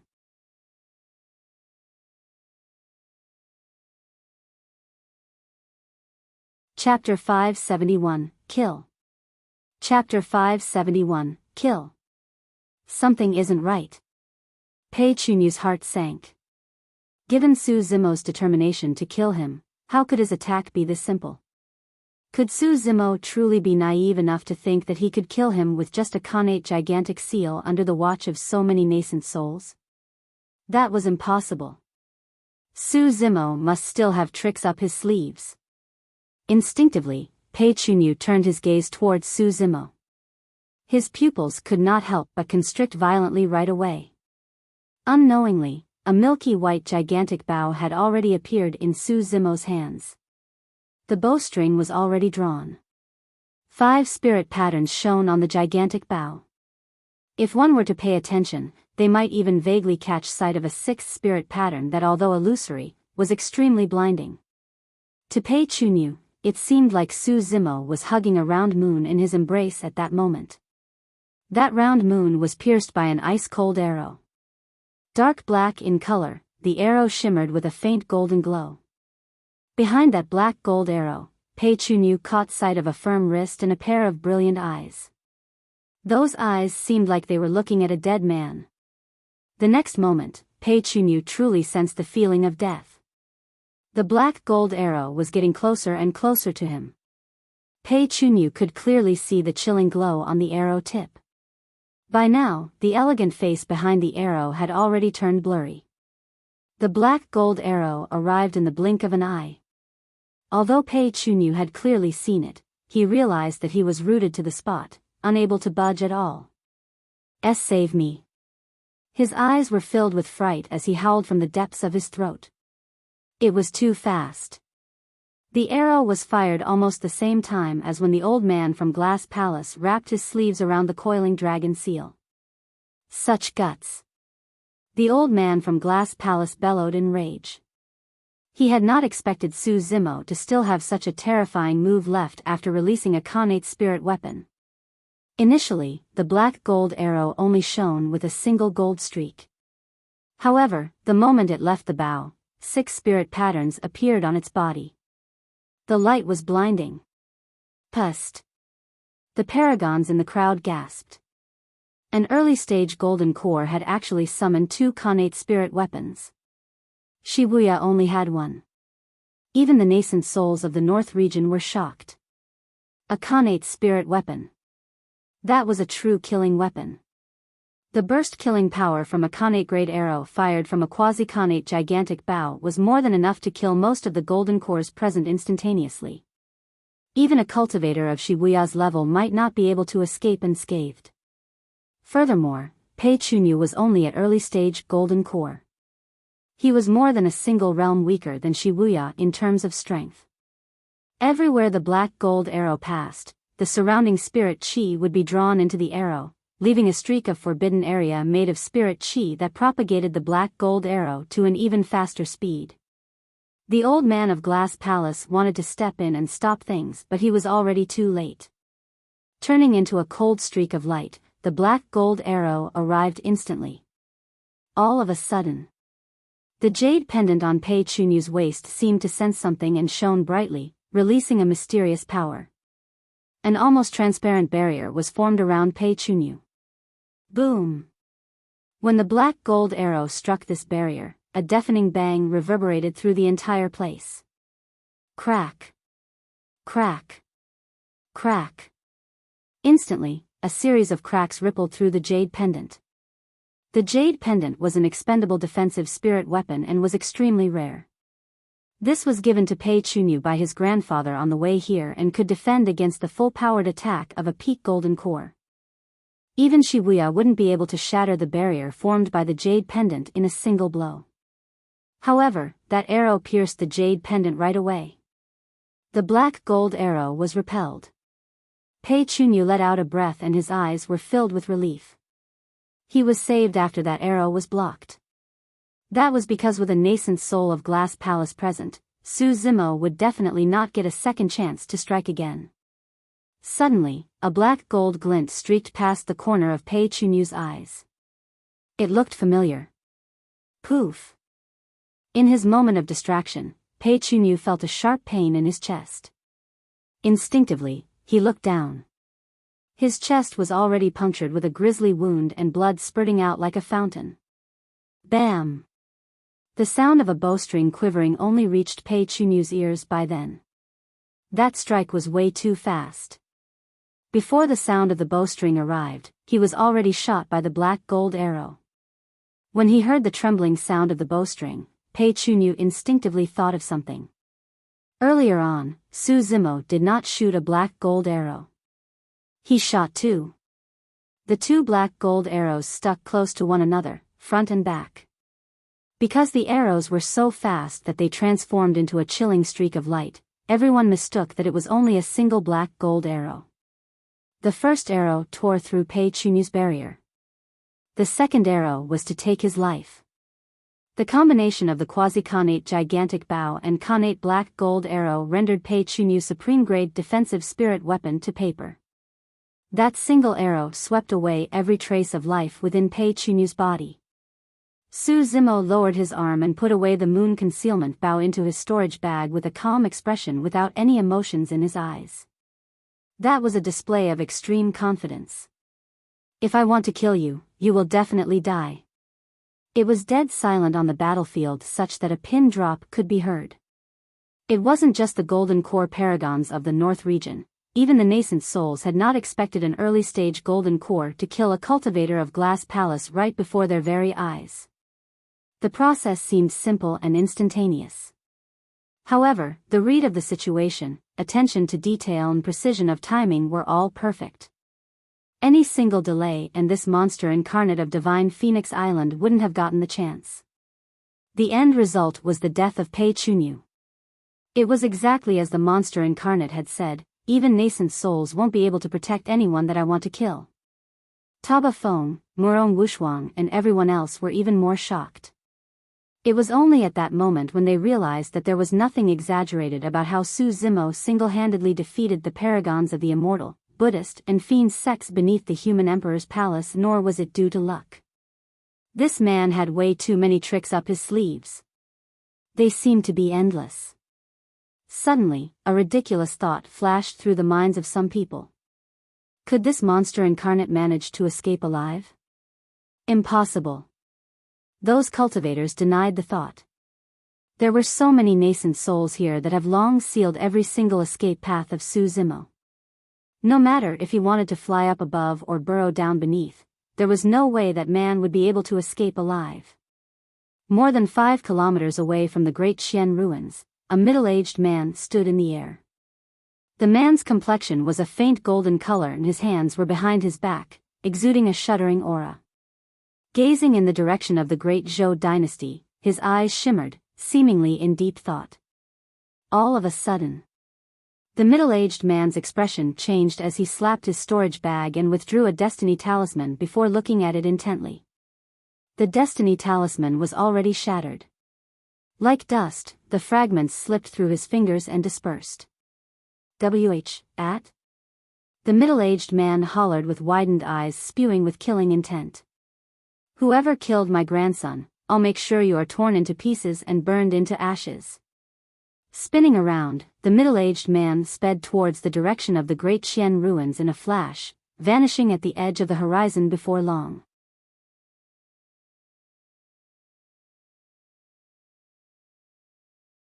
Chapter 572, A Great Gift. Chapter 572, A Great Gift. On the battlefield. The old man from Glass Palace had an extremely terrible expression. For this trip, Glass Palace sent 2 golden cores. Notwithstanding Wuya's death, even Pei Chunyu was murdered and it happened right in front of him. Although Wuya was a golden core, his status in the sect and in the hearts of the elders was much more important than ordinary nascent souls. The sect had raised Wuya as a titular disciple. Naturally, he would be punished when he returned to the sect with news of Wuya's death. Right now, the only thing he could do was to try and make up for it by bringing Su Zimo back to the sect. That way, he might have a chance of avoiding punishment. Little beast, let's see how much longer you can maintain your cockiness. The old man from Glass Palace hollered and strode forward, extending his arm to capture Su Zimo alive. Hee hee. Suddenly, the perfected lord of Dark Ghost sect sneered sinisterly, "This little beast slewed my disciple. I'm going to take his arm as compensation." Swash. Dark Ghost sect's perfected lord's spirit consciousness shifted and turned into a sinister saber that cut towards Su Zimo's right arm. His intent to sever the right arm was an excuse for his true motive of getting the divine phoenix bone. Of the nascent souls present, the old man from Glass Palace was not the only one targeting Su Zimo. All the other nascent souls of decent capabilities wanted to fight for the divine phoenix bone. There was no reason for them to give up an opportunity as such. "How dare you!"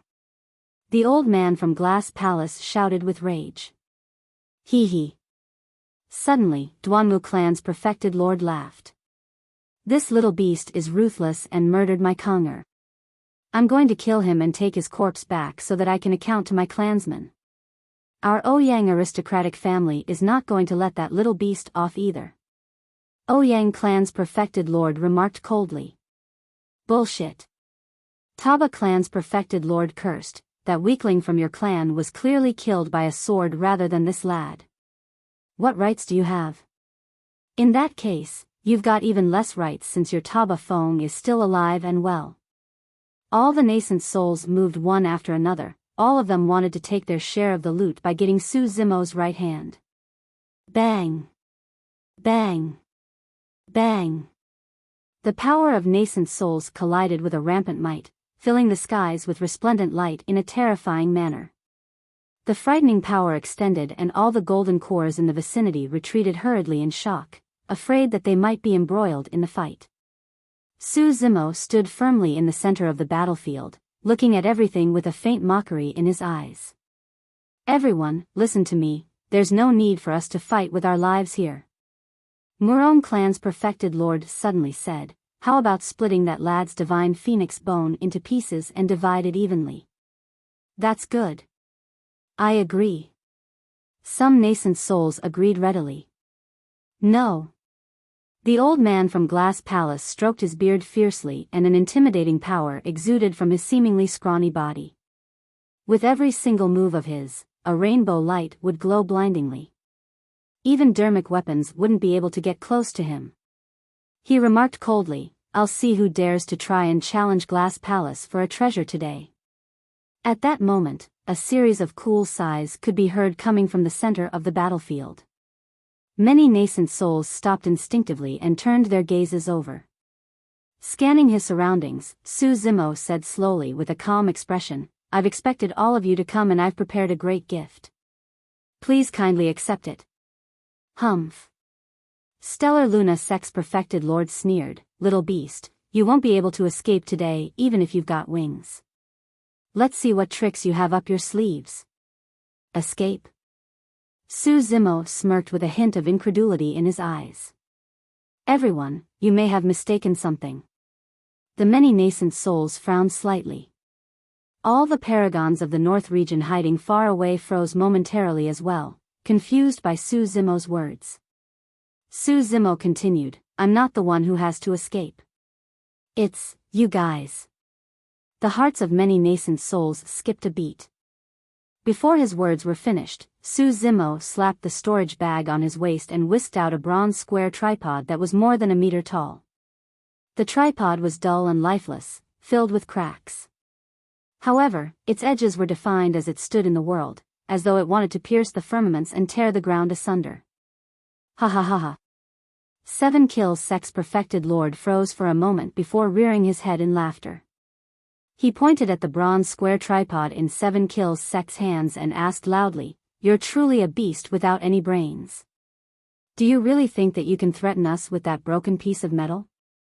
The other nascent souls were relieved at the sight of that bronze square tripod as well, their expressions relaxed and their eyes shining with mockery. No matter what the grade of this bronze square tripod was in the past, even if it was a treasure even beyond dermic weapons, it was already useless right now. If it could not release dermic powers, what was the difference between this tripod and scrap metal? Foo-foo. Su Zimo smiled as well. Indeed, that bronze square tripod was of no threat to nascent souls. However, that might not be the case for the golden lava inside. After it was contained in the bronze square tripod, the golden lava seemed like it was sealed by some power and was calm as water without emitting any heat. Gripping the hind legs of the bronze square tripod with both hands, Su Zimo raised it and spun, swinging it at the nascent souls all around him. Swoosh! The golden lava gushed out, blanketing the skies. When the lava splashed through the void, it burst forth with a shuddering heat that was enough to annihilate everything and incinerate all living beings. At this moment, the nascent souls who coveted the divine phoenix bone were all in the vicinity and none of them could escape from the radius of the golden lava. Contact with the golden lava, even if it was only a single drop, would immediately ignite a shiny golden flame. It burned in the void relentlessly. Given the bodies of nascent souls, they would be burned into ashes within dozens of breaths in the golden flames. If they were drenched by the golden lava, they would be engulfed immediately with no corpse left. The scariest thing was that once the nascent souls were touched by the golden flames, they would not be able to extinguish it no matter how they struggled. Ah! Ah! Ah! Tragic cries reverberated through the world. In midair, countless figures engulfed in flames streaked through the air. They did not manage to fly far before they fell as a pile of ashes. The battlefield had instantly transformed into a burning hell. None of the nascent souls could avoid this calamity. Even the old man from Glass Palace, who was well versed in body tempering, only managed to hang on for dozens of breaths before falling to the ground without any trace of life. Only the golden cores who hid far away managed to survive. The golden flames burned furiously. All the stone pillars in the underground palace were incinerated. The underground palace collapsed with countless rocks crashing down and dust billowing. Everywhere the golden lava reached, a massive pit would be burned in its place. The flames surged into the air, illuminating the dark night like day. Against the scarlet golden flares, the monster incarnate's figure was faintly visible, looking like a divine being scrutinizing everything from the flames. It was over. Everything was over. The flames burned through the entire skies. Even the clouds shone tragically beautiful with a scarlet golden shade. The world has changed. From this day forth, the cultivation world of the North region was going to be overturned.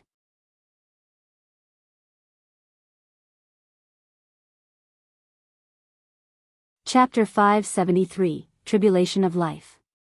Chapter 573, Tribulation of Life. A lost expression flashed through Zimo's eyes as he gazed at the endless flames around him as well. Although he managed to get his hands on the vermilion fruit, his identity was revealed. It was hard to conclude his gains and losses at the exact moment. Almost all the sects and factions of the North region were implicated in this fire. From this day forth, Zimo would be faced with an endless hunt, and no place would be safe for him in the North region. How difficult would it be if he wanted to escape from the North region? The North region was way too big. Zimo was only at early stage golden core. Even with his double immortality and demonic cultivation, he would have to take hundreds of years of traveling even in the best circumstances. He would most likely be killed within that period of time. With the conclusion of this battle, Zimo had not only offended Glass Palace, but the entire cultivation world of the North region. No matter what, I've got to get out of this place first. Before long, he calmed down and made a decision. Picking up the coiling dragon seal on the ground, he put it away in his storage bag before donning on new green robes. Hiding in the bronze square tripod, he broke through the layers of flames and escaped into the distance. All of a sudden, another streak of golden light surged through the flames. Sweeping his gaze across that golden light, Zimo could not help but freeze momentarily. It was a black basket that glowed with a golden light, resembling an iron pot with a few holes on top of it. Behind the holes were a pair of black gem-like eyes that darted around rapidly. Little fox. That sharp little thing still made a decision in the end. She chose to leave that home, which she had lived in for dozens of years. She chose to leave her mother and enter the outside world. Although Zimo was reluctant when he left the underground cave as well, he could only let the little fox make the decision for herself. That basket that looked like an iron pot seemed unassuming, but in reality, it could protect her from the surrounding golden flames. Earlier on, even when many nascent souls tried to use their dermic weapons, they were incinerated into ashes by the golden flames. Come over. I'll take you away from here. Zimo shouted softly. He was the reason why the little fox was willing to leave the underground cave. There was no way he could possibly abandon her in this place. Given her ignorance to the outside world, she wouldn't survive for more than a month living alone. The little fox was extremely obedient, and with a leap, she whisked her fire-blocking basket and slithered through Zimo's robes, climbing to his shoulders with a few steps. Swoosh! A pair of spirit wings appeared behind Zimo. Swoosh! Flapping his spirit wings, Zimo channeled blood chi and sprinted with his full might into the distance. He had not gone far when suddenly, the skies darkened. A sinister voice echoed through the entire Great Jian ruins. Without my permission, nobody is allowed to leave this place today. The next moment, a terrifying might descended, and the countless otherworldly soldiers in the palace instantly dispersed into malevolent chi. The golden cores who were initially watching from afar were shocked and shivered uncontrollably, nearly kneeling on the ground. The pressure was way too immense. Against this intimidation, many golden cores felt insignificant as ants that could be squashed at any moment. That aura was way stronger than that of nascent souls. Even the golden flames that were initially blazing diminished significantly, as though they were suppressed by someone. How scary. Who is it? What's the cultivation realm of this person? Could it be void reversion? A void reversion expert must have arrived. There's no way a void reversion would be interested in a 10,000-year vermilion fruit. There must be another reason for it. Many golden cores exchanged glances as their minds filled with questions. Zimo's expression changed starkly as well with the descent of that might. He felt his footsteps getting more and more sluggish, as though he was trudging through a swamp. However, he had no intention of stopping. The person who arrived was extremely strong. Among the cultivators Zimo had interacted with before, this person's aura was the most similar to the Azura, Yenbeichen. It was a void reversion. Zimo did not know why any void reversion would be here.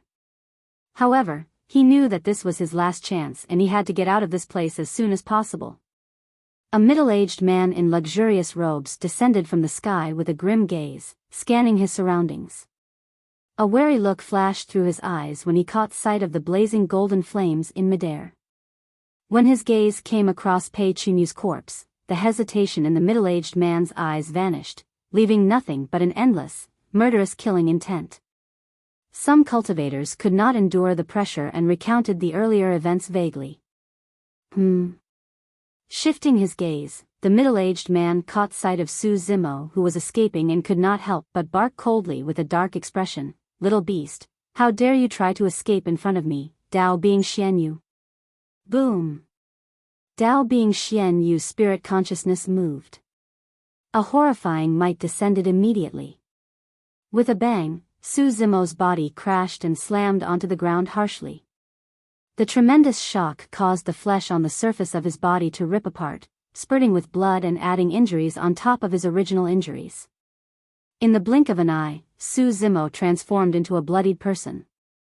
He could not help but grunt dully and his knees wobbled, almost falling. The difference was too great.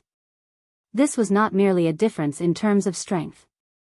It was the difference between two different levels and it was worlds apart. Dao being Xianyu did not have to make a move at all. Zimo could not even withstand his pressure as a void reversion alone. The little fox was horrified. Earlier on, she was protected in Zimo's embrace.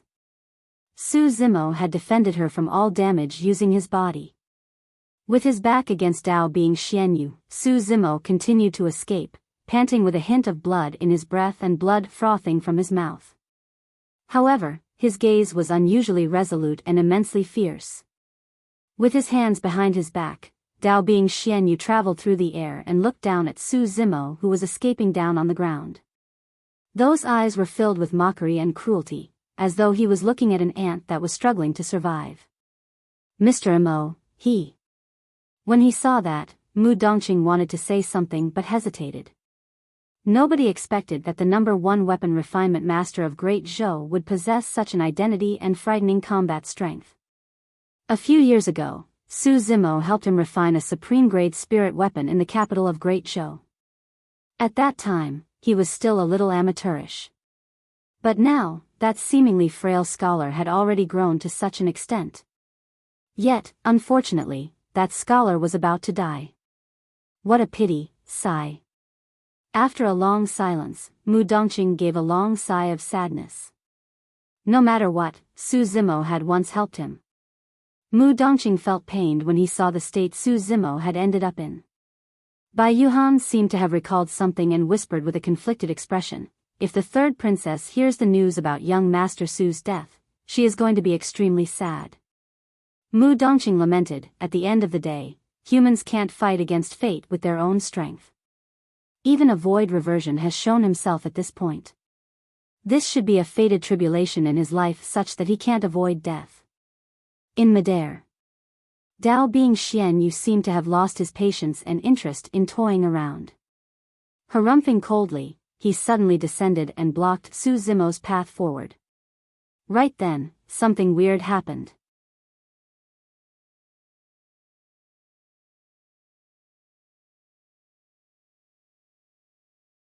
Chapter 574, Snapped Wrist.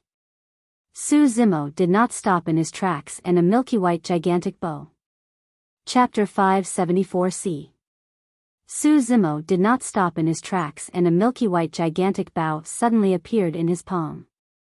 The black gold arrow was already drawn. The bow was like a full moon. The moon concealment bow and black gold arrow. That was the strongest attack that Zimo could make given his current state. So what if it was a void reversion? Zimo was not going to give up just like that. It was impossible for him to escape under the watch of a void reversion. The only way was if he could kill the void reversion. The light on the moon concealment bow shone brightly and an endless spirit chi surged into Zimo's embrace, as though he was hugging a full moon. The black gold arrow shimmered with a cold, chilling intent, almost fusing into one as the full moon in his embrace. Bam! The black gold arrow was shot forward. The two of them were way too close. The black gold arrow arrived instantly, and even if Zimo and Dao Bing Xianyu were in a different spot, this would have been an extremely difficult arrow to dodge. Dao Bing Xianyu did not move at all, his eyes filled with mockery as though he was completely unaffected by the cold flash before his eyes. Is that all you've got? He raised his palm in a seemingly slow motion, but it tunneled through the void, arriving right in front of the black gold arrow. His palm was sparkling like jade and shone with a mysterious luster. His fingernails were long and slender, as flawless as glass. Curving his finger, Dao Bing Xianyu flicked gently. Clang! The sound of metal clashing echoed. Under countless gazes, that arrow that was enough to kill Pei Chunyu instantaneously was flicked away by Dao Bing Xianyu's finger. There were no injuries on his finger at all. He did it extremely casually. Zimo's pupils constricted starkly and his heart sank. It was way too scary. The power of a void reversion had far exceeded his imagination. The difference between them was way too great, akin to heaven and earth. A savage glint flashed in Zimo's eyes as he suddenly extended his right arm without stopping in his tracks. The right hand that was in possession of the divine phoenix bone gripped into a fist without any fancy moves, smashing down onto Dao Bing Xianyu's head fiercely. The black gold arrow was the first move that Zimo prepared. It was meant to confuse Dao Bing Xianyu and numb him, causing him to lower his guard. His true killing move was the divine phoenix bone at the back. Given Dao Bing Xianyu's cultivation realm, he would definitely take the attack of a golden core head-on without avoiding. In that case, there would be a chance to trigger the power of the divine phoenix bone. Zimo believed that once the power of the divine phoenix bone was triggered, it would be enough to injure Dao Bing Xianyu even if it was unable to kill him. However, that might be his only shot at survival. Dao Bing Xianyu's eyes shone with a deeper mockery. The futile struggle of a trapped beast. Dao Bing Xianyu sneered. As Zimo expected, he reached out with his fist and met Zimo's right hand directly. Zimo's eyes shone viciously. His inner core and golden core circulated wildly and his blood chi surged. All his tendons and bones were ringing with the sound of rumbling thunder as his organs shook while his orifices shone with a demonic glint. There were even streaks of bloodshot lights forming around the top of his head. Zimo was converging all the power within his body towards his right hand. This single move would determine his victory or defeat. Right as their fists were about to collide, Dao Bing Xianyu smirked and suddenly converted his fist to a palm, choosing not to engage Zimo head-on. Dao Bing Xianyu's palm glided upwards gently and avoided the incoming fist, arriving at Zimo's right wrist area before gripping suddenly. Zimo froze in his tracks. A tremendous repulsion force surged into his body and he felt like his bones were all going to shatter. Ugh! Zimo's expression changed as he grunted. Dao Bing Xianyu's palm gripped his wrist tightly like an iron hoop. The immense power almost crushed his right wrist. It was way too painful. Zimo shuddered from head to toe and clenched his teeth. Bead-sized sweat droplets rolled down from his cheeks instantly. With a cold expression, Dao Bing Xianyu raised his chin slightly and looked down at Zimo, sneering, "Trying to kill me with your divine phoenix bone? Foo-foo." Dao Bing Xianyu chuckled gently and shook his head. "You're way too naive." The difference between the two of them was not merely limited to their cultivation realms and strength. In terms of experience in psychology, Zimo was even more disadvantaged. Dao Bing Xianyu had already guessed Zimo's intentions and did not choose to take the divine phoenix bone head-on, gripping the latter's wrist instead. Zimo's right hand had the indestructible divine phoenix bone. However, his wrist was incomparably fragile against the power of a void reversion. Dao Bing Xianyu's change in movement had severed Zimo's final hope. Enduring the immense pain on his wrist, Zimo glared at Dao Bing Xianyu indignantly with clenched teeth. "Divine phoenix bone." Dao Bing Xianyu lamented, "An ant like you isn't befitting of possessing such a divinely object. From this day forth, the divine phoenix bone belongs to me." Before he finished his sentence, Dao Bing Xianyu exerted slight strength into his palm. Snap! The jarring sound of bones snapping echoed. Zimo's wrist was snapped directly by Dao Bing Xianyu. His right hand hung limply, only connected by skin and flesh. Many cultivators winced at the sight of that. As though he could not feel any pain, Zimo did not let out any sound at all. His body merely trembled slightly while his features were distorted. Zimo's eyes were narrowed and his expression was extremely cold. Dao Bing Xianyu ignored the hatred in Zimo's eyes and merely remarked indifferently, "Little beast, Pei Chunyu is my grandson. Since you took his life, I'll let you suffer in pain and torment for all eternity. Your snapped wrist is just the beginning." Dao Bing Xianyu's voice was like a malevolent ghost from hell and was extremely chilling. Bang! Suddenly, Dao Bing Xianyu extended his feet and tapped Zimo in the dantian gently. His kick was way too fast. Even if Zimo was at his peak condition, he wouldn't be able to dodge it, let alone the fact that he was now severely injured with his spirit energy drained and blood qi exhausted. Furthermore, Dao Bing Xianyu's palm was locked on Zimo's injured right wrist the entire time. Zimo could not escape at all. Although that kick seemed like it was slow and gentle, it let out a frightening amount of power on Zimo's dantian. It was like a gigantic spear that thrust into Zimo's dantian. Zimo shuddered and felt a sharp pain pierce through his abdomen, almost fainting from it. A bloodied hole appeared on his dantian, muddied by flesh and blood. Destroyed. Zimo could clearly feel that his golden core was shattered by that single kick from Dao Bing Xianyu. His spirit energy drained rapidly. In the blink of an eye, his dantian turned into an empty spot without any spirit energy at all. Zimo's body convulsed slightly and he almost could not stand straight. His face was pale, his eyes went dim and his breathing turned faint. His cultivation was crippled. The core of a golden core perfected being was their golden core. It could not be recovered once it was destroyed. Dozens of years of tough cultivation was destroyed overnight. For cultivators, there was nothing more cruel than having their golden cores destroyed and their cultivations crippled. It was dead silent all around. The golden cores had various expressions, some of them gloated, some sighed to themselves while others revealed pained looks. Mu Dongqing and Bai Yuhan had some ties with Zimo in the past. At this moment, none of them could bear to continue watching. Dugu Jian lowered his sword eyes and shook his head gently with a look of pity on his face. No matter how much of a monster incarnate Zimo was, how amazing, or even if he had once cultivated to the legendary Extreme Foundation establishment realm with double phenomenons, all of that had now vanished with the destruction of his golden core.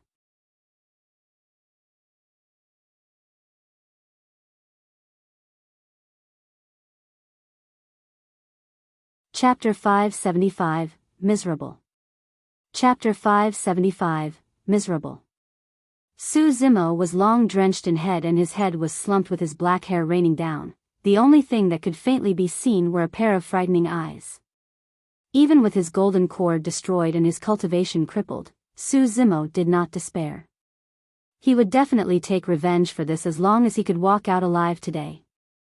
He had his inner core despite his shattered golden core.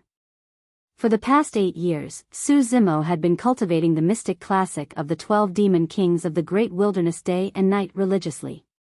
The inner core that he refined was the essence of the first 7 sections of the mystic classic. He could still trample on everyone across the same level by relying on his mystic classic of the 12 demon kings of the great wilderness. Dao being Xian Yu tightened his grip on Zimo's snapped wrist with a cold gaze. As he looked down at the silently slumped Zimo, he suddenly remarked, "Oh, right. I nearly forgot. You're half a demon as well, and you've also cultivated an inner core." The existence of the inner core could not be hidden from Dao being Xian Yu's spirit consciousness. "Is that what you're relying on?" Dao being Xian Yu laughed, somewhat menacing, before saying slowly, "Even though you're a golden core, I'm not going to leave you any chances. I will let you experience the true meaning of despair." The moment he said that, Dao being Xian Yu extended his right fist. Bang! Dao being Xian Yu punched his right fist savagely through Zimo's chest. When the tremendous power surged wildly into Zimo's body, the first to receive the impact was the mystic gold silk armor. Unable to withstand the burst power of Dao being Xian Yu, a hole appeared through the connate spirit weapon and all 6 spirit patterns dissipated. After breaking through the defensive connate spirit weapon, the remaining power cruised through into Zimo's body. Crack! Crack! Crack! The sound of bones cracking could be heard. Blood drained from Zimo's face as he was lifted up before crashing down heavily once more. A series of tears appeared on his inner core. Zimo could no longer feel the existence of demonic power within him. He had lost complete control of his inner core as well. Once again, Zimo's expression turned paler. Even if his inner core was not completely crippled after receiving such an immense blow, the chances of it recovering in the future were extremely slim. In reality, Dao being Xian Yu had intended to shatter Zimo's completely with that punch. However, the mystic gold silk armor blocked a large part of the power. Furthermore, Zimo's tendons, bones, blood and flesh were extremely frightening to begin with, and he possessed a shocking defense. That was the only reason why the inner core was not pierced entirely with that single punch. Prior to this, Dao being Xian Yu maintained his grip on Zimo's right wrist the entire time. It was only at this moment when he sensed that the situation was deadlocked that he felt relieved enough to release his grip. Dao being Xian Yu had been cultivating for thousands of years up till now, and he was no fool. He would definitely not make a mistake, nor would he leave Zimo with any chances. The little fox was nearly scared out of her wits throughout the entire process. She had never witnessed such cruelty and remained hidden behind Zimo the entire time. It was up till this moment that the little fox realized something and shrieked. No matter how timid she was, she could not bear to see Zimo bullied by someone like this. Shoo! She tossed the fire-blocking basket in her paws away. The fire-blocking basket expanded rapidly in midair with 9 golden streaks of light. Surging with an endless killing intent, it shone with a fiery blaze down onto Dao being Xian Yu. A hint of surprise flashed through Dao being Xian Yu's eyes. Against the incoming fire-blocking basket filled with endless flames, Dao being Xian Yu did not dodge nor avoid. Suddenly, he reached out with both hands and scooped in midair. Those terrifying flames did not even manage to burn off Dao being Xian Yu's hair or skin. Reaching through the flames, Dao being Xian Yu's arms were completely fine as he pulled the fire-blocking basket towards him for a closer inspection. The glint in his eyes intensified as he nodded to himself. A moment later, he placed the fire-blocking basket in his storage bag. This is a great treasure. It's a pity that you are too weak to be able to unleash the full might of the fire-blocking basket. From this day forth, it belongs to me. Hia. Hia. The little fox was agitated.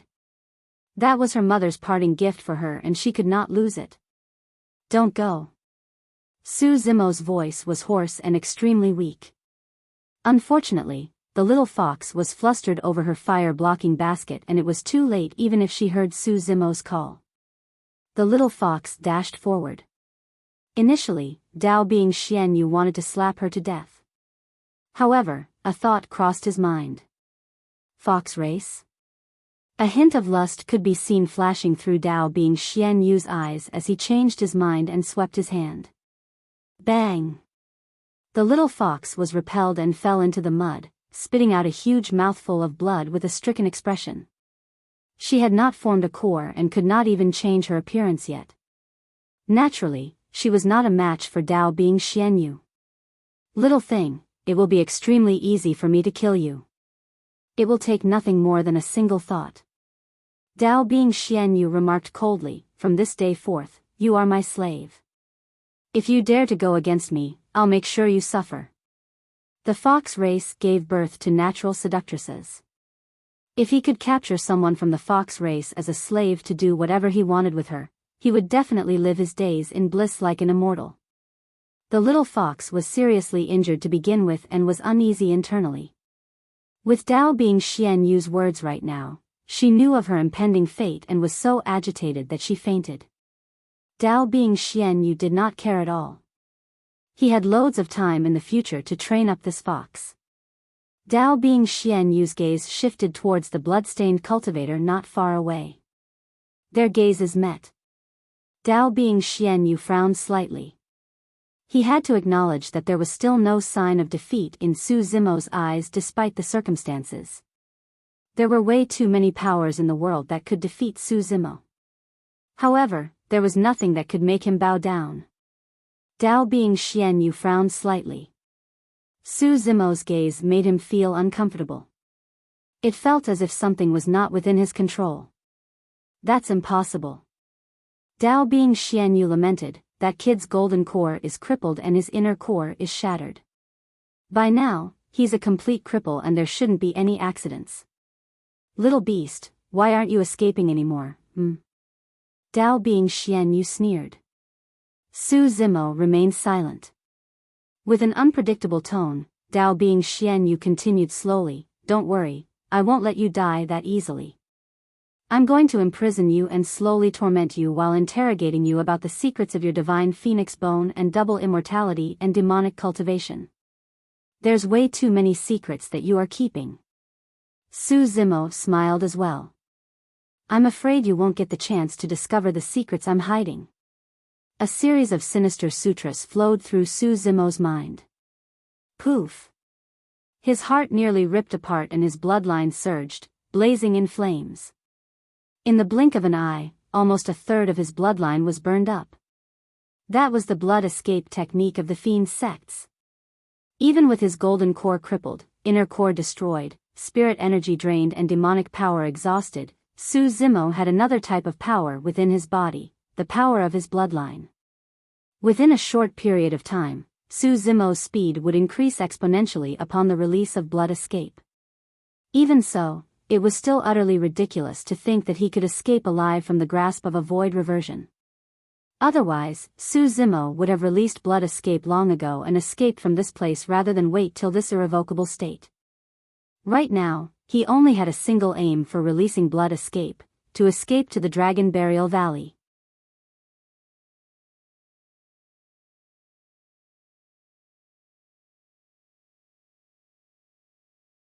Chapter 576, Leap. Chapter 576, Leap. After releasing blood escape, Su Zimo turned to flee without hesitation. When he passed by the little fox who fainted, he scooped her up into his embrace and continued sprinting with all his might. Su Zimo did not dare to imagine what would happen to the little fox if he abandoned her here. That would be a fate worse than death. His figure transformed into a streak of bloodlight and sped outside. All the paragons were stunned. They saw that Su Zimo was a cripple on his last breath, someone who could not even stand steadily. In the blink of an eye, that cripple released such a terrifying speed. Even Dao being Xian Yu froze momentarily, let alone the golden cores who were watching. Although he was a void reversion, a full 2 major realms above Zimo, he was extremely cautious. He only relented his grip on Zimo's wrist after crushing the latter's golden core and inner core. However, Dao being Xianyu truly had not expected Zimo to still have energy left to escape. Blood escape? His eyes flashed as he recognized the origin of that secret skill immediately. Blood escape was a secret skill from Azura sect of the Fiend's sex and was extremely famous in the cultivation world. It provided a frightening burst power that was far beyond the other escape techniques of the 5 elements. Trying to escape in front of me? You're truly way too naive. Dao being Xianyu sneered, let's see how long more you're intending to run for. Before his sentence was finished, Dao being Xianyu gave chase. His speed was even slightly faster than Zimo, who was bursting with blood escape. Zimo might have truly been able to escape alive with blood escape if he was hunted by nascent souls. Unfortunately, he was facing a void reversion. Furthermore, it was a supreme expert of the void reversion realm, a cultivator of Glass Palace. Right now, in Dao being Xianyu's eyes, Zimo's escape was nothing more than an ant struggling on the brink of death. The distance between the two of them was decreasing rapidly. If not for the fact that Zimo had made a move first, Dao being Xianyu would have caught up to him within a few dozens of breaths. Many golden cores followed hurriedly.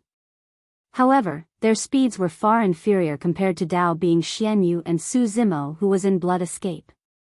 Thankfully, there were not many obstructions before them and the path was clear. The paragons chased while gazing the entire time. By the looks of it, Dao being Xianyu will be able to catch up to Zimo in less than 100 breaths. That's right.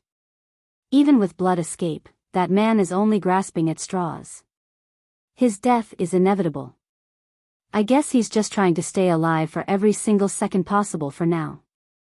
Mu Dongqing and Bai Yuhan had conflicted expressions when they heard the discussions. No matter what, Zimo was a cultivator of great show. They even had ties with him previously. In the end, neither of them were as relaxed as everyone else when they saw the state he was in. After a slight chase, Mu Dongqing suddenly exclaimed softly and frowned, murmuring to himself, "This direction doesn't seem right. It seems to be. Could it be the Dragon Burial Valley?" Some cultivators in the crowd noticed something strange and exclaimed.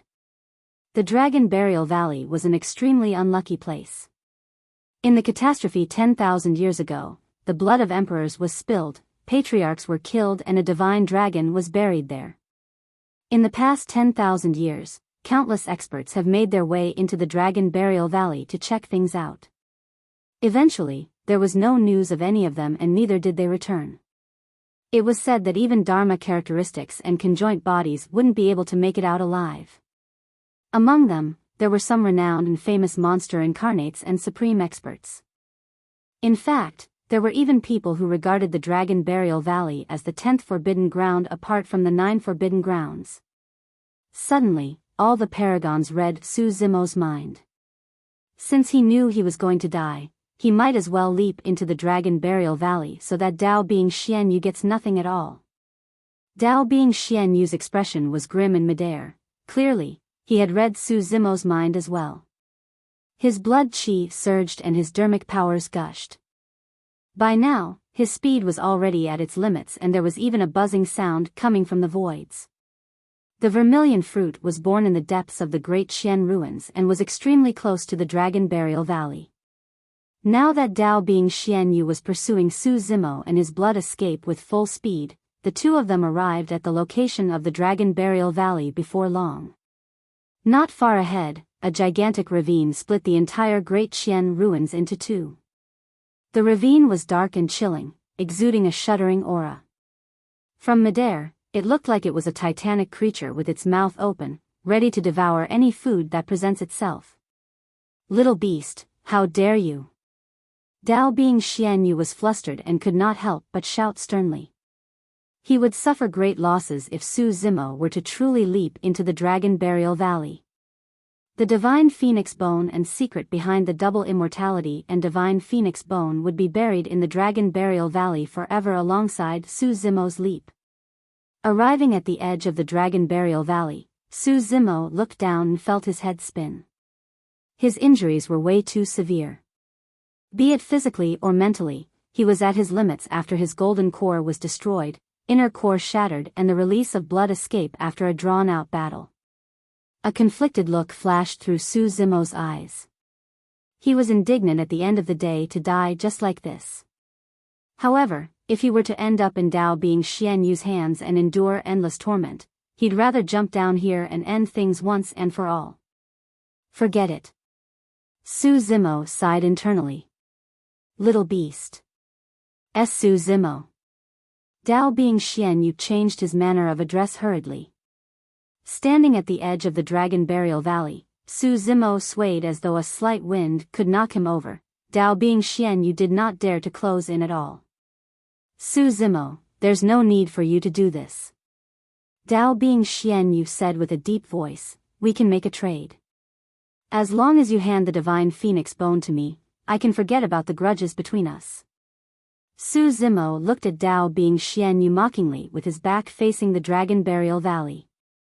Although Dao Being Xian Yu was smiling on the surface, he cursed internally, don't worry, I'm a man of my words. As long as you're willing to hand over the divine phoenix bone, I'll leave immediately without hurting you at all. You want the divine phoenix bone? Sure. Zimo smiled and jumped behind, remarking indifferently as he fell into the Dragon Burial Valley, come down and take it. You. Dao Being Xian Yu was enraged and disappeared from the spot in a flash. In the blink of an eye, he had already arrived at the edge of the Dragon Burial Valley and stopped hurriedly. He wanted to extend his robes to pull Zimo up, but it was already too late. He could only watch as Zimo fell into the darkness, vanishing entirely. 10,000 years ago, a few emperors of the human race joined forces and fought a legendary war against the divine dragon, forming this gigantic ravine. The ravine was not only the tomb of the divine dragon, there were even more frightening powers mixed within it. Even a dermic weapon would turn into dust if it fell inside, let alone the body of a cultivator. Dao Being Xian Yu did not dare to head down and could only watch as the divine phoenix bone disappeared from his sights. Little beast, do you think that this is over? Since you killed my grandson, I'm going to exterminate the Su family and no one will be spared. Dao Being Xian Yu had a menacing expression that was beyond horrifying.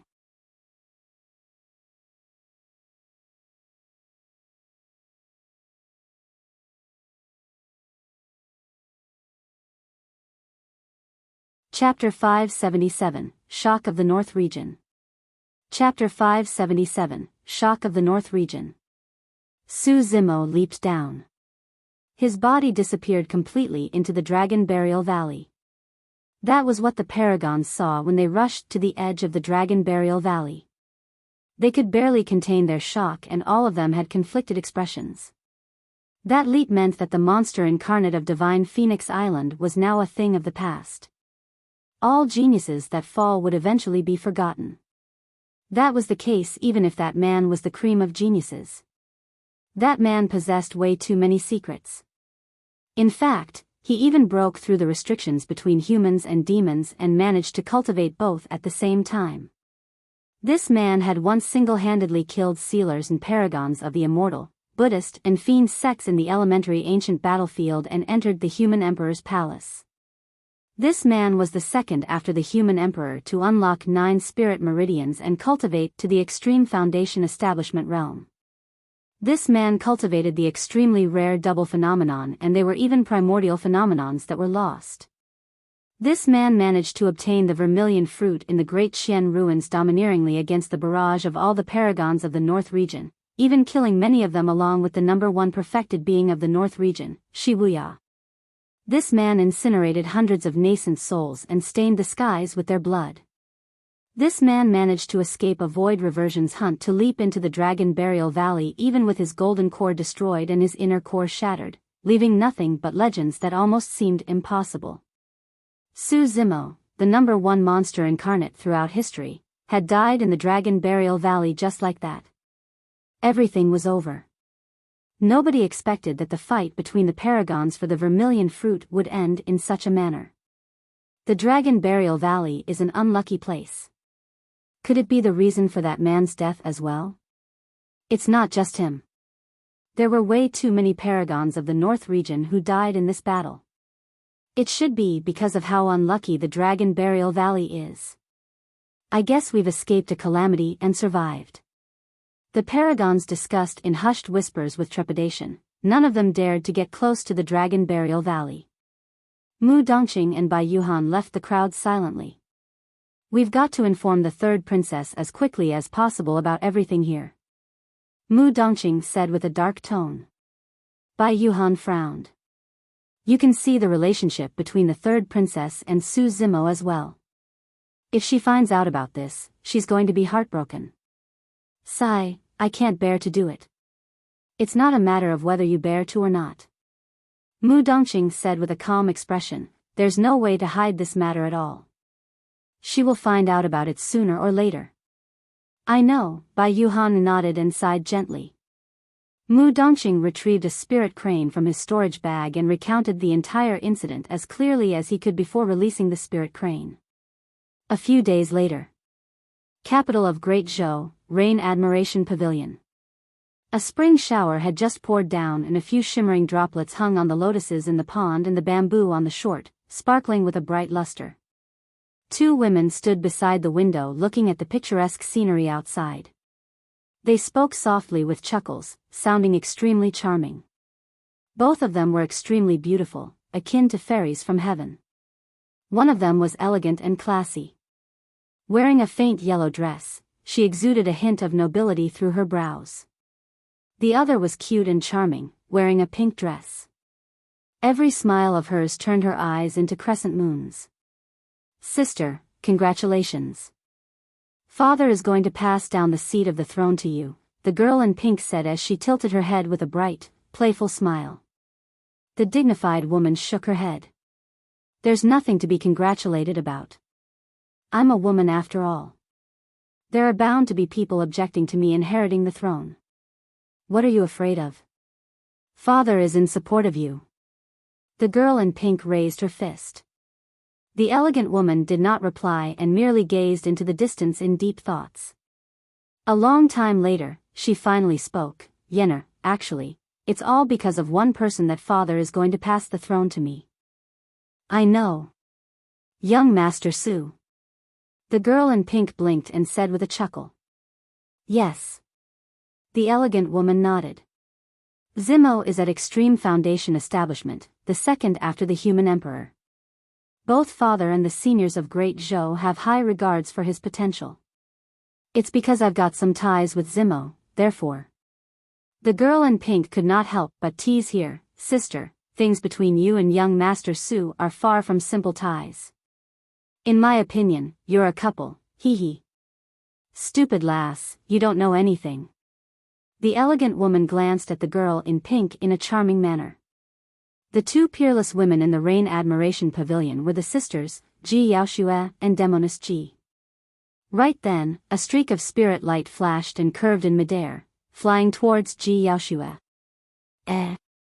Ji Yaoxue frowned slightly and murmured, "It's a spirit crane."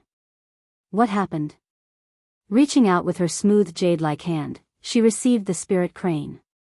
When she opened it, she froze on the spot and blood drained from her face. A long time later, Ji Yaoxue's figure swayed and she nearly fell down. Gripping onto the window aisle of the Rain Admiration Pavilion, she used so much strength that her fingernails dug deep into the wood. Demoness Ji hurried forward to support Ji Yaoxue. I am fine. Ji Yaoxue shook her head gently. Although she could still stand, an unresolvable sadness flashed through the depths of her eyes. Sister, don't get worked up. Demoness Ji inched forward to take a look out of curiosity. What? She could not help but exclaim when she read what was on the spirit crane. Every single piece of news on the spirit crane was one more explosive than the other. The final statement clearly stated that Su Zimo's cultivation was ruined entirely and he leaped into the Dragon Burial Valley. Also, a void reversion from Glass Palace declared that he was going to destroy the Su family and spare no one. There was no difference between leaping down the Dragon Burial Valley and death. Instantly, Demoness Ji's eyes fogged up with a layer of mist. In the cultivation world, she was Demoness Ji who charmed the entire world. However, there were many times when she was still just a young maiden at heart. Ji Yaoshue closed her eyes expressionlessly. A long time later, she opened her eyes with a resolute gaze. She pulled out a spirit crane and wrote a few lines on it. Swiftly protect the king of Yen, Su Hong, and escort him out of Yen country. If Su Hong refuses to accept it, force can be used on him at this critical juncture. Handle this personally and do not let anyone else know about it. This mission must remain confidential, otherwise, his life might be in danger. Ji Yaoshue released the spirit crane immediately after penning her words without hesitation. The spirit crane flapped and shone with a bright spirit light before disappearing into the horizons. Ji Yaoshue was already exuding the aura of an emperor with complete dominance. Demoness Ji did not have the mood to linger in the palace, turning to run outside as she wiped away her tears in secret. She wanted to confirm with Gu Shi whether the news was real. A few days later, one after another, news arrived from the great Xian ruins.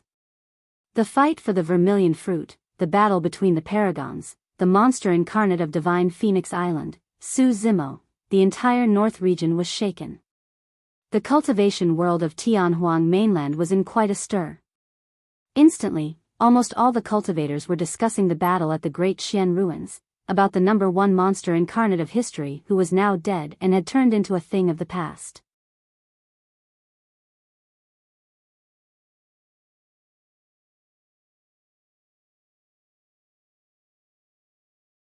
Chapter 578, Slaughtered City. Chapter 578, Slaughtered City. Ethereal Peak. The sect went silent after news of Su Zimo's death in the Dragon Burial Valley. Xian Yi and the other two had parted ways with Su Zimo for slightly more than a month. None of them expected that it would be an eternal parting. It did not matter how external cultivators viewed Su Zimo, how they said that he was a demon with an innately feral personality, that he was a fiend who loved to kill. In the hearts of Xian Yi and the others, Su Zimo would always be a disciple of Ethereal Peak. In order to protect his sect mates, he sacrificed himself as bait in the battle at Dongling Valley and lured away everyone from Blood Crow Palace while undertaking the immense risk of dying. In the sect competition, he was outstanding and ascended beyond everyone with a domineering aura, shutting the mouths of all sects and cultivators that mocked Ethereal Peak forever. In the great Xian ruins, he single-handedly forced back 3 strong sects and protected the safeties of Xian Yi and the other 2, allowing them to return with rewards while curing the disheveled old man's injuries at the same time. He was the number 1 weapon refinement master of Great Zhou. He was at Extreme Foundation Establishment, the second after the human emperor. He had unlimited potential such that even the emperor of Great Zhou had high regards for him. He was the pride of Ethereal Peak, but all of that had now disappeared along with Su Zimo's leap. Lu Hui sighed gently. Dao being Xian Yu declared that he wanted to annihilate the Su family. Given his cultivation realm as a void reversion and the background of Glass Palace, it's probably over for the Su family. Mortals should not be implicated in grudges between cultivators. To think that even an immortal sect like Glass Palace would resort to something so despicable. Immortal sects? They're nothing but shameless. The disheveled old man cursed hatefully. Xian Yi remarked deeply, I'm guessing that Dao being Xian Yu is not going to take action personally against a mortal in light of his status. Although that was the case, no sect or faction in the North region dared to protect the Su family. It was not only because of Dao being Xian Yu or Glass Palace. Rather, Su Zimo's identity was way too sensitive. He even killed too many paragons of the North region for the vermilion fruit fight while incinerating hundreds of nascent souls. He had offended almost all the major sects and factions of the North region. Anyone that dared protect the Su family would be pitting themselves against the entire North region. The great Zhou dynasty did not dare to do it. Ethereal Peak did not dare to either. A failure would instantly result in a calamity befalling them. To be fair, against the current circumstances, Ethereal Peak was already enduring immense pressure for not severing their ties with Zimo. Sect Master Ling Yun released his spirit consciousness and surveyed his surroundings before whispering, "Senior Crane has already left the sect to head for Yen country. I hope that she'll be able to make it in time. This is an extremely serious matter that must not be leaked or the sect will be met with impending annihilation." Xian Yi and the others nodded hurriedly. At that moment, a powerful and familiar aura sped over from not far away. The old immortal Crane was back. Everyone from Ethereal Peak was alerted. Pushing through the door, the old immortal Crane could not conceal her fatigue and surveyed her surroundings before sighing. "I was too late." Upon hearing that, everyone from Ethereal Peak felt their hearts skip a beat. The old immortal Crane continued, "Xian Yu did not appear personally due to his status. He sent dozens of Glass Palace disciples in a group to the capital of Yen country, and the king of Yen, Su Hong, is nowhere to be found." Everyone from Ethereal Peak heaved a sigh of relief, but they were confused. If Su Hong's whereabouts were unknown, he should be safe for the time being as long as he was not in the hands of Glass Palace. Why would the old immortal Crane then say that she was late? Why was there a hint of sadness in her tone as well? The old immortal Crane continued, "The group from Glass Palace was furious due to their fruitless trip and laid down the order to slaughter the entire city in order to force Su Hong to show himself." Everyone's mouths dropped agape as they looked on with disbelieving expressions. For the longest time, they could not recover from their misery. Slaughter the city, those words were short but they sounded extremely grim. Almost everyone from the capital of Yen country were mortals. Against the powerful might of cultivators, those mortals had no way of defending and their lives were similar to ants. Although they did not witness it personally, everyone from Ethereal Peak could imagine the desperation and helplessness those mortals felt against the cultivators. Everyone seemed to be able to hear the tragic cries. Everyone seemed to be able to envision endless arms flaying, seeking help. The old immortal Crane closed her eyes, as though she could not bear to recall, and sighed. "By the time I arrived, the capital of Yen was filled with rivers of blood and mountains of corpses. It was devastating and looked like it was hell." The disheveled old man clenched his teeth and snarled, "Bastards! Creating such massacres against mortals because of the grudges of cultivators. Are they truly not afraid of divine retribution?" Lu Hui's voice was quivering. "There's no such thing as divine retribution in this world," Xian Yi mocked bitterly. The old immortal Crane continued, "More than halfway through the massacre, cultivators of the fiend sects arrived, led by their pure maiden. They fought against the Glass Palace cultivators and forced the latter back. In that case, there's an extremely high chance that Su Hong was rescued by pure maiden sect. That should be the case. It was lucky that the fiend sects arrived. Otherwise, all the mortals in the capital of Yen." Everyone from Ethereal Peak suddenly went quiet as they discussed. Silence overwhelmed them. Those that killed were from the immortal sects while those that rescued were from the fiend sections. It had to be said that this was truly a great irony. Who were the true immortals and who were the true fiends? Right from the beginning, Ethereal Peak was established for the sake of protecting the masses while exterminating fiends and demons. But now, when they said the words, "It was lucky that the fiend sects arrived," everyone felt their values collapsing within them. Did it mean that they had to kill Zimo for his demonic cultivation? Were they still going to continue hunting down the fiend sects despite the fact that the latter saved the masses? An ex-disciple of Ethereal Peak, Yen Beichen, was now a fiend as well. Furthermore, he was a great fiend among them, an Azura. However, Yen Beichen had once said that although he had killed plenty of people in his lifetime, he had never laid his hands on mortals. Azuras killed divine beings, but they did not massacre for fun. Wasn't a fiend such as him much holier when compared to the masses from Glass Palace? After a moment of silence, just as everyone thought that everything was over, the old immortal Crane pursed her lips and took a deep breath before continuing. "After the group from Glass Palace left, they were still indignant and went on to massacre 13 other cities on their way back to vent their frustrations. What? Everyone from Ethereal Peak was shocked. Within a single day, countless people in the territory of the Yen country lost everything with their families broken apart. The death toll alone has already crossed 30 million. No natural catastrophe would be this scary. The true catastrophes were often made by men. Gripping his fists, Xian Yi said coldly, although Glass Palace is an immortal sect, aren't they afraid of incurring the wrath of the entire cultivation world by massacring innocents like this? They've got the reason to back it up. The old immortal crane shook her head with a look of irony in her eyes. Glass Palace stated that because Pure Maiden's sect of the Fiend's sects appeared in Yen country, it meant that Yen country was in cahoots with the Fiend's sections. In that case, because the mortals of Yen country have long fallen into the path of the Fiends, Glass Palace was upholding justice by slaying fiends and demons. Everyone from Ethereal Peak felt a sense of helplessness and their hearts felt stuffy. That reasoning sounded absurd and hilarious.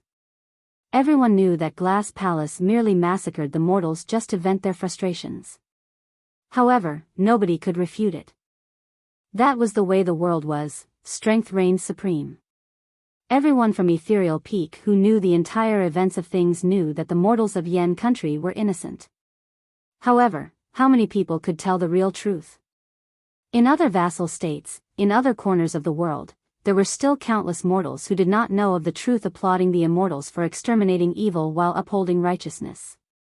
The mortals at the lowest rungs were the easiest to be hoodwinked and deceived. You're tuning into the Biyao's Wuxia Chronicles YouTube channel.